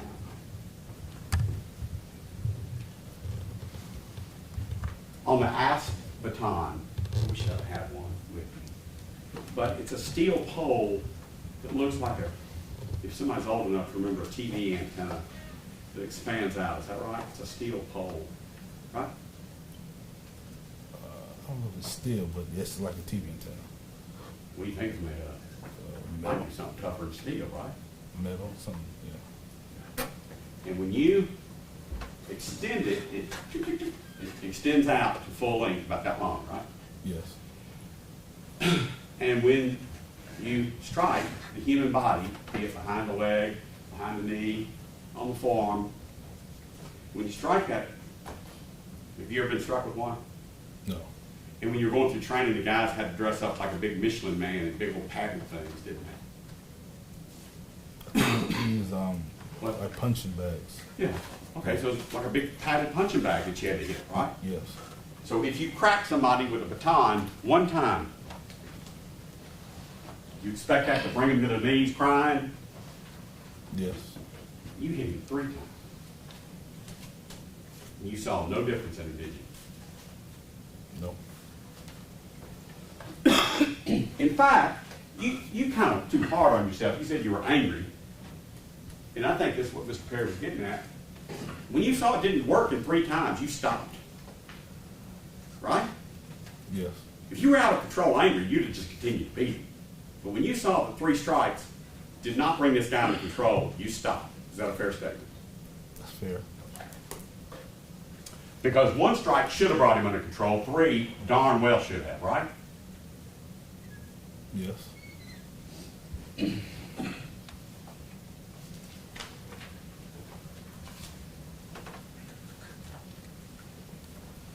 going to read off a list of activities. I'm going to call them activities, actions of Tyrie Nichols when you came up upon Justin and Tadarius trying to get him in handcuffs. Was Tyrie attempting to pull away? Yes or no? Yes. Was he attempting to push away? In other words, create distance between himself and Justin. So no. Was he clenching his arms and body? Yes. If I clench my arms like this, y'all call it, I think you call it turtling. If I clench my arms like this, how many men, if I'm just a normal guy, how many cops is it going to take to unclench my arms? It all depends on. What's your best estimate? More than 1, more than 2. You're a big man, you play football. Yeah. If I clench my arms like this and I'm 63 years old, are you going to get my hands behind my back? By myself, no. By yourself, no. Thank you. So Tyrie was clenching his arms, flailing his legs around, and he was blading. You know what blading is, don't you? No, what's blading? Man, you just gonna make me yell. Blading is when instead of laying flat on your back or flat on your tummy, you're on your hip. Okay. Blading. Okay. You were trained at MPD, weren't you? Blading? I can't recall that. Okay. But if they're not on their belly or they're not on their back, they're dangerous, aren't they? Yes. Because they've got a free hand and a free waistband. Is that right? Right. And by having a free hand and a free waistband, he can be one of those 90% with a weapon, right? Right.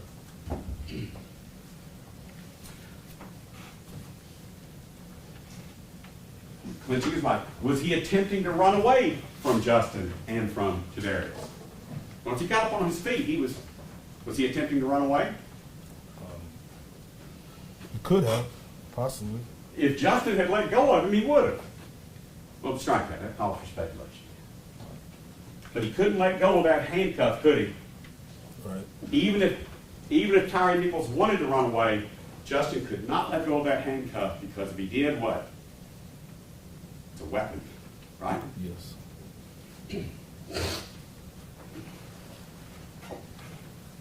Was Tyrie refusing to comply with all commands? Yes. We already talked about the pepper spray being ineffective. We've already talked about the baton strikes being ineffective. And you told me and you told the FBI one time that if Tyrie Nichols had gotten that one arm free from Justin with that handcuff, your exact words were, it was going to be real bad. Remember telling them that? It could be real bad. I don't remember saying it, but if Yeah, one it was bad. handcuff is on the wrist, yeah, it can be bad. Bad how? Just need you to pick your voice up. Oh. A little louder, make sure you're speaking loud enough so you can hear you. I said it can be bad if a person, suspect, has one handcuff on their wrist, because they can use that one handcuff and attack the officers, which has happened in the past. Connor Schilling, a few others, right? I don't know their names, but it has. And they can also attack pedestrian, civilian, whatever, right? With that handcuff. If they want to. Yeah.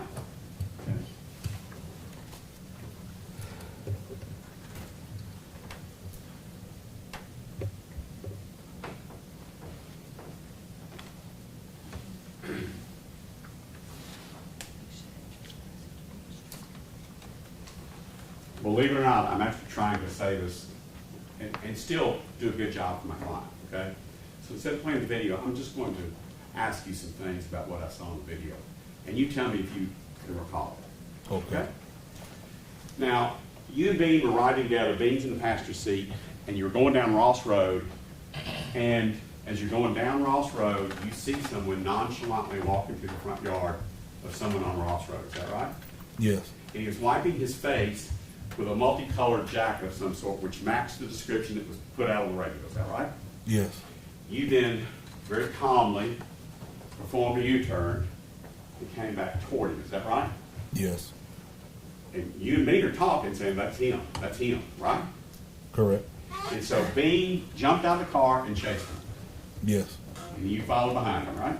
Yes.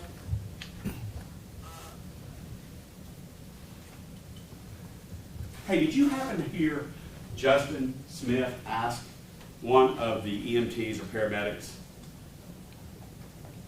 hey, do you have one of those face thingies put on him? Did you happen to hear Justin say that? I heard him say bagging. Bagging. I think it was bagging. And when you were first asked the question, I heard your answer, it had something to do with face ID, photo ID, or something else. But now that you've thought about your answer, I'm just asking you, was Justin asking the paramedics if they had oxygen to put on Tyrie? I'm watching it. I believe so. 'Cause he said oxygen was low. Yeah, okay, all right.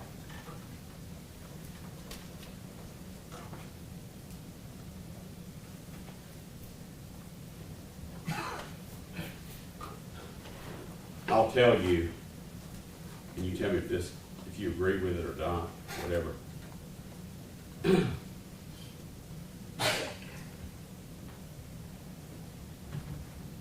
Paramedics got there on the video, okay? Okay. Somewhere around the 9-minute mark, the 9 minute and 30 seconds. I'm just gonna call it 9:30 on the slide bars, okay? Okay. And I will tell you, and see if you agree with me, that's 9 minutes, 30 seconds, almost 10-minute mark. That the EMT that was there supposed to be caring for Tyrie Nichols didn't go get his oxygen until over 15 minutes later at the 25:02 mark. And he said, I'm gonna go get the bag.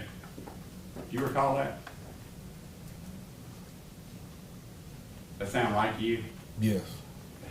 So, and you heard Mr. Hayward talking about dragging somebody up next to the car, and Mr. Perry asked you about it.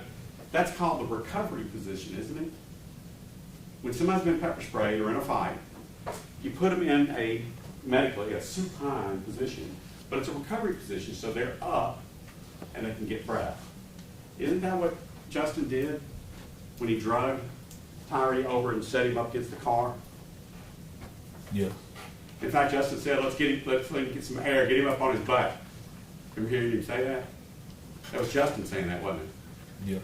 And Bean went over there and helped Justin drag him up next to the car, is that right? Yes. And then, for whatever reason, Tyrie Nichols kept flopping around while the EMT was standing right there. Tyrie kept flopping around, banging his head on the ground. He was doing his legs like this, and Justin came back over again and said, hey man, let's put him back up against the car. And he put him up against the car the second time, didn't he? Yeah, I saw it today. Yeah. The EMT's just standing there doing nothing, right? Yes. May I speak with defense counsel for a moment? My client.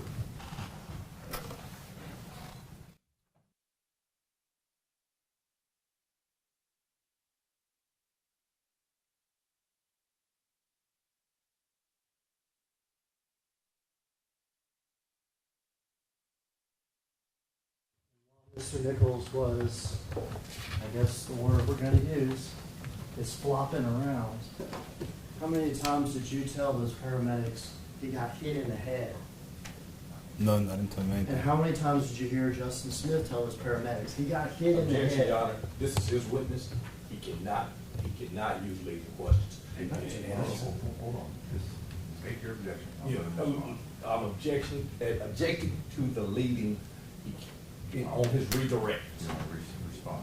This is a yes or no question. And I have an objection. All right, what's your objection? You may or may not have seen it. When you asked the question, Mr. Mills answered it and then was about to qualify that answer, and he moved to his second question. Witness needs to be able to answer the question. We can just make sure that the questions aren't leading questions, as this is a direct witness, and if you can just make sure you're allowing him to give this complete full answer. This is a yes or no question. All right. How many times did you hear Justin Smith tell medical personnel he got hit in the head? I didn't hear any. How many times did you hear Tadarius Bean? I'm going to object, Your Honor. He's leading. When he, number one, when he's doing this, that's suggesting the answer.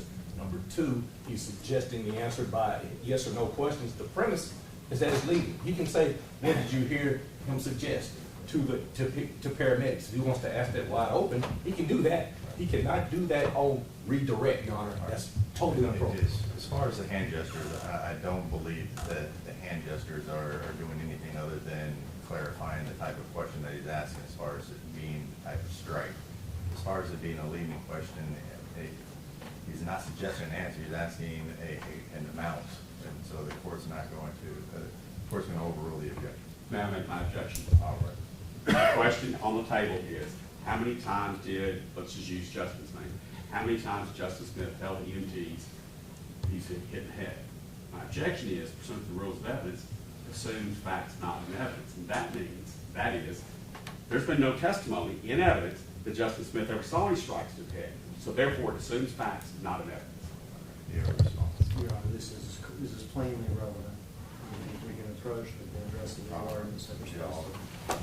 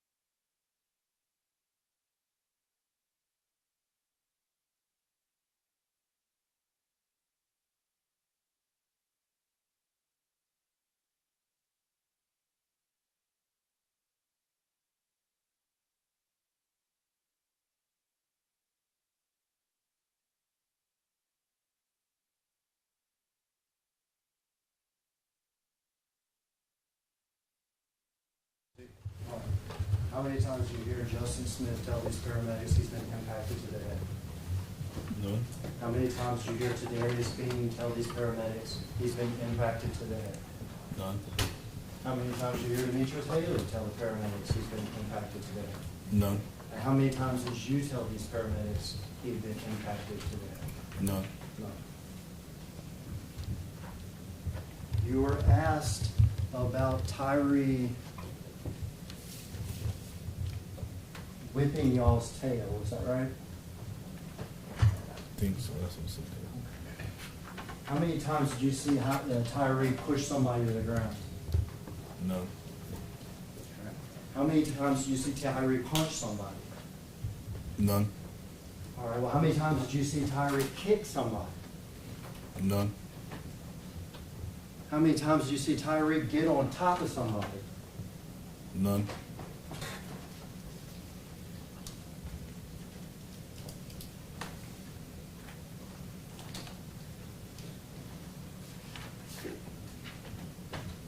You were asked by Mr. Perry and shown a picture from a training and policy manual of the police department, is that right? Yes. Having to do with a baton strike? Yes. And was it a picture showing like where or how you're supposed to do it? Yes. How many pictures and MPD manuals have you seen where two people have somebody on the ground and an officer's soccer kicking them to the head? None. How many MPD manuals have you seen where an officer's on either side of the person and there's another officer throwing, quote, haymakers? None. How many MDP policy manuals have you seen where there's a picture of an officer watching excessive force happen and just not doing anything? None.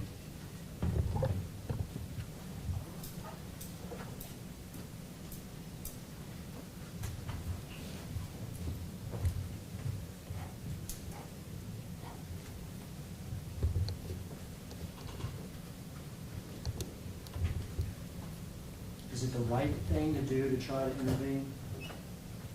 Yes.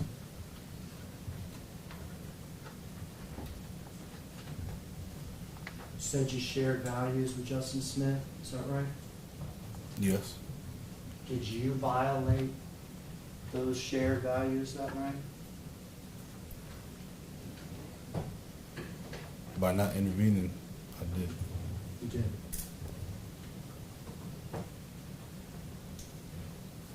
Did the officers out there violate those values that night by not intervening? Yes.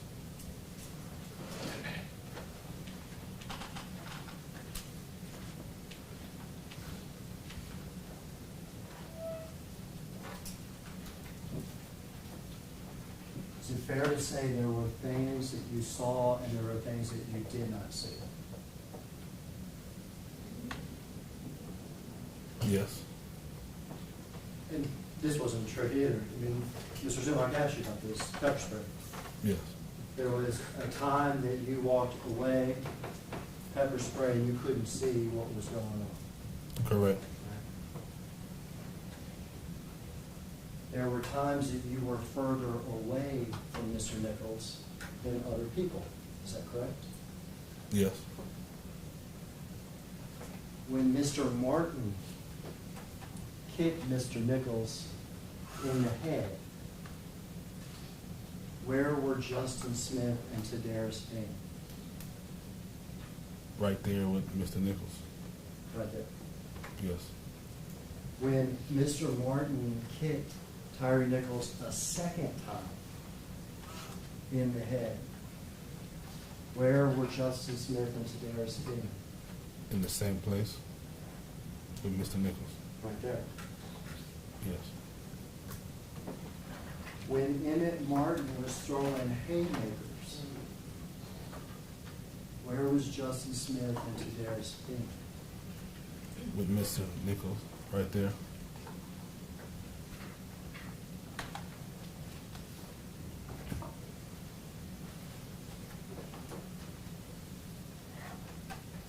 When testified that that night, again, the theme of you saw some things you did, and that you did not see Haley use force on Mr. Nichols. Is that correct?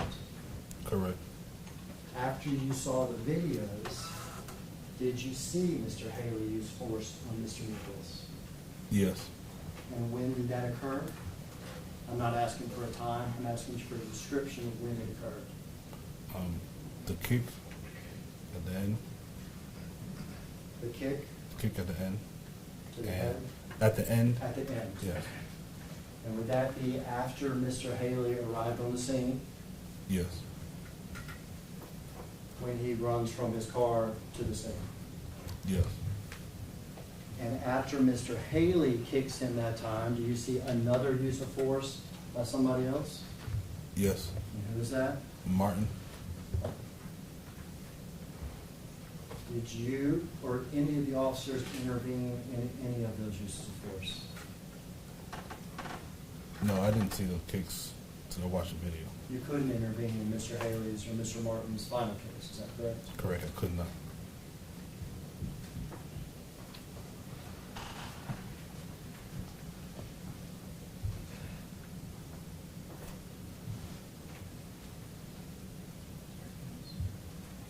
That's all my questions, Judge. All right, recrossing the straight. Yes, John. EMTs were on the scene, right? Yes. And you all called EMTs, one of you called EMTs to the scene, or emergency personnel, right? Yes. Did anybody from emergency personnel ask you a question about the difficulty of the arrest? No. Did, I didn't talk to anybody. No EMT. did any EMTs try to do their job and you stood in front of them and blocked Mr. Nichols' view or anything like that, or the view of Mr. Nichols from any of the EMTs? No. Did you in any way try to wipe any sort of blood or try to straighten out the clothes of Mr. Nichols while he's sitting there and EMTs are standing feet in front of him, just 2 or 3 feet in front of him? No. Did you were asked questions about whether or not somebody said how many times he was struck in the face? Did EMTs ask you how many times was he struck? No. Did EMTs ask you any questions whatsoever about Mr. Nichols' condition? I don't recall. And based off of the video that you've seen earlier, as it related to the medical directives that were going on out there, it only seemed that one person had any sort of input at all with EMT people, right? Yes. And according to your ISB, that was the only member of your team trained in any sort of medical stuff, correct? Correct. And who was that? Smith. And Smith is the only person out there that, other than Bean helping Smith, right? Yes. Smith says, let's get him up in the recovery position, correct? Correct. And Bean helped him get into the recovery position, right? Right. But neither of them at any point were asked questions from the EMTs about how he looks like he looks. I can't recall. Okay? When you were asked this question a few moments ago, and I just want to be clear about not talking about how many blows, etc., was there anything on that scene in that particular night that you can recall that was meant to in any way throw the EMTs off from doing their job? No. All right, Mr. Stan? Thank you, Your Honor.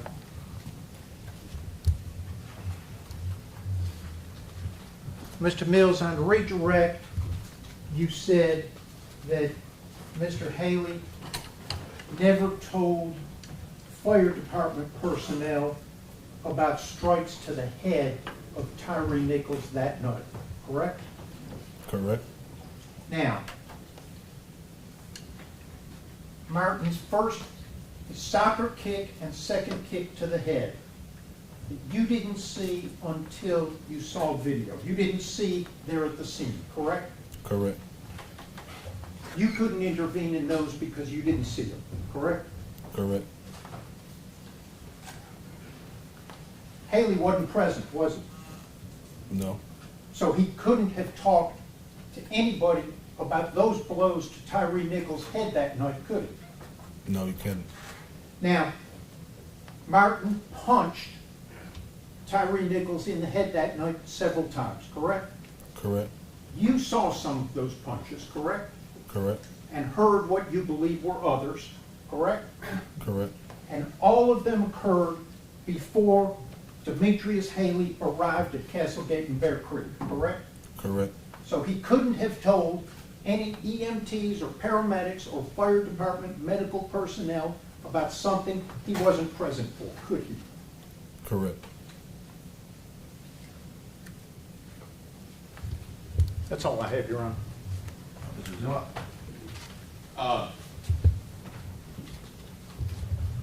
Because that pepper spray is very powerful. You're all bewildered, tired, exhausted. And Justin, it's Darius, was engaged with Nichols the entire time, just like you didn't see the punch or all the punches until you watched the video, or any of the kicks. Is it possible that Justin didn't see any of that? Possible. You didn't, right? Correct. You were, on the video I saw, you're standing right up looking at him and Martin. And you're standing right up looking at Nichols. And you didn't see some of the punches. Right. Okay, thank you. Anything else with this witness? No, sir. All right, so those are all the questions we have for you, sir. You can step down.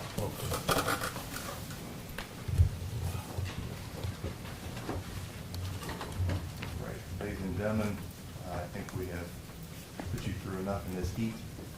We are going to go ahead and excuse you all for the evening. We are going to go ahead and get started as early as we can tomorrow morning and get right back into it. And hopefully, they will have the air fixed for us tomorrow. But we wish you all a good evening. You all are excused.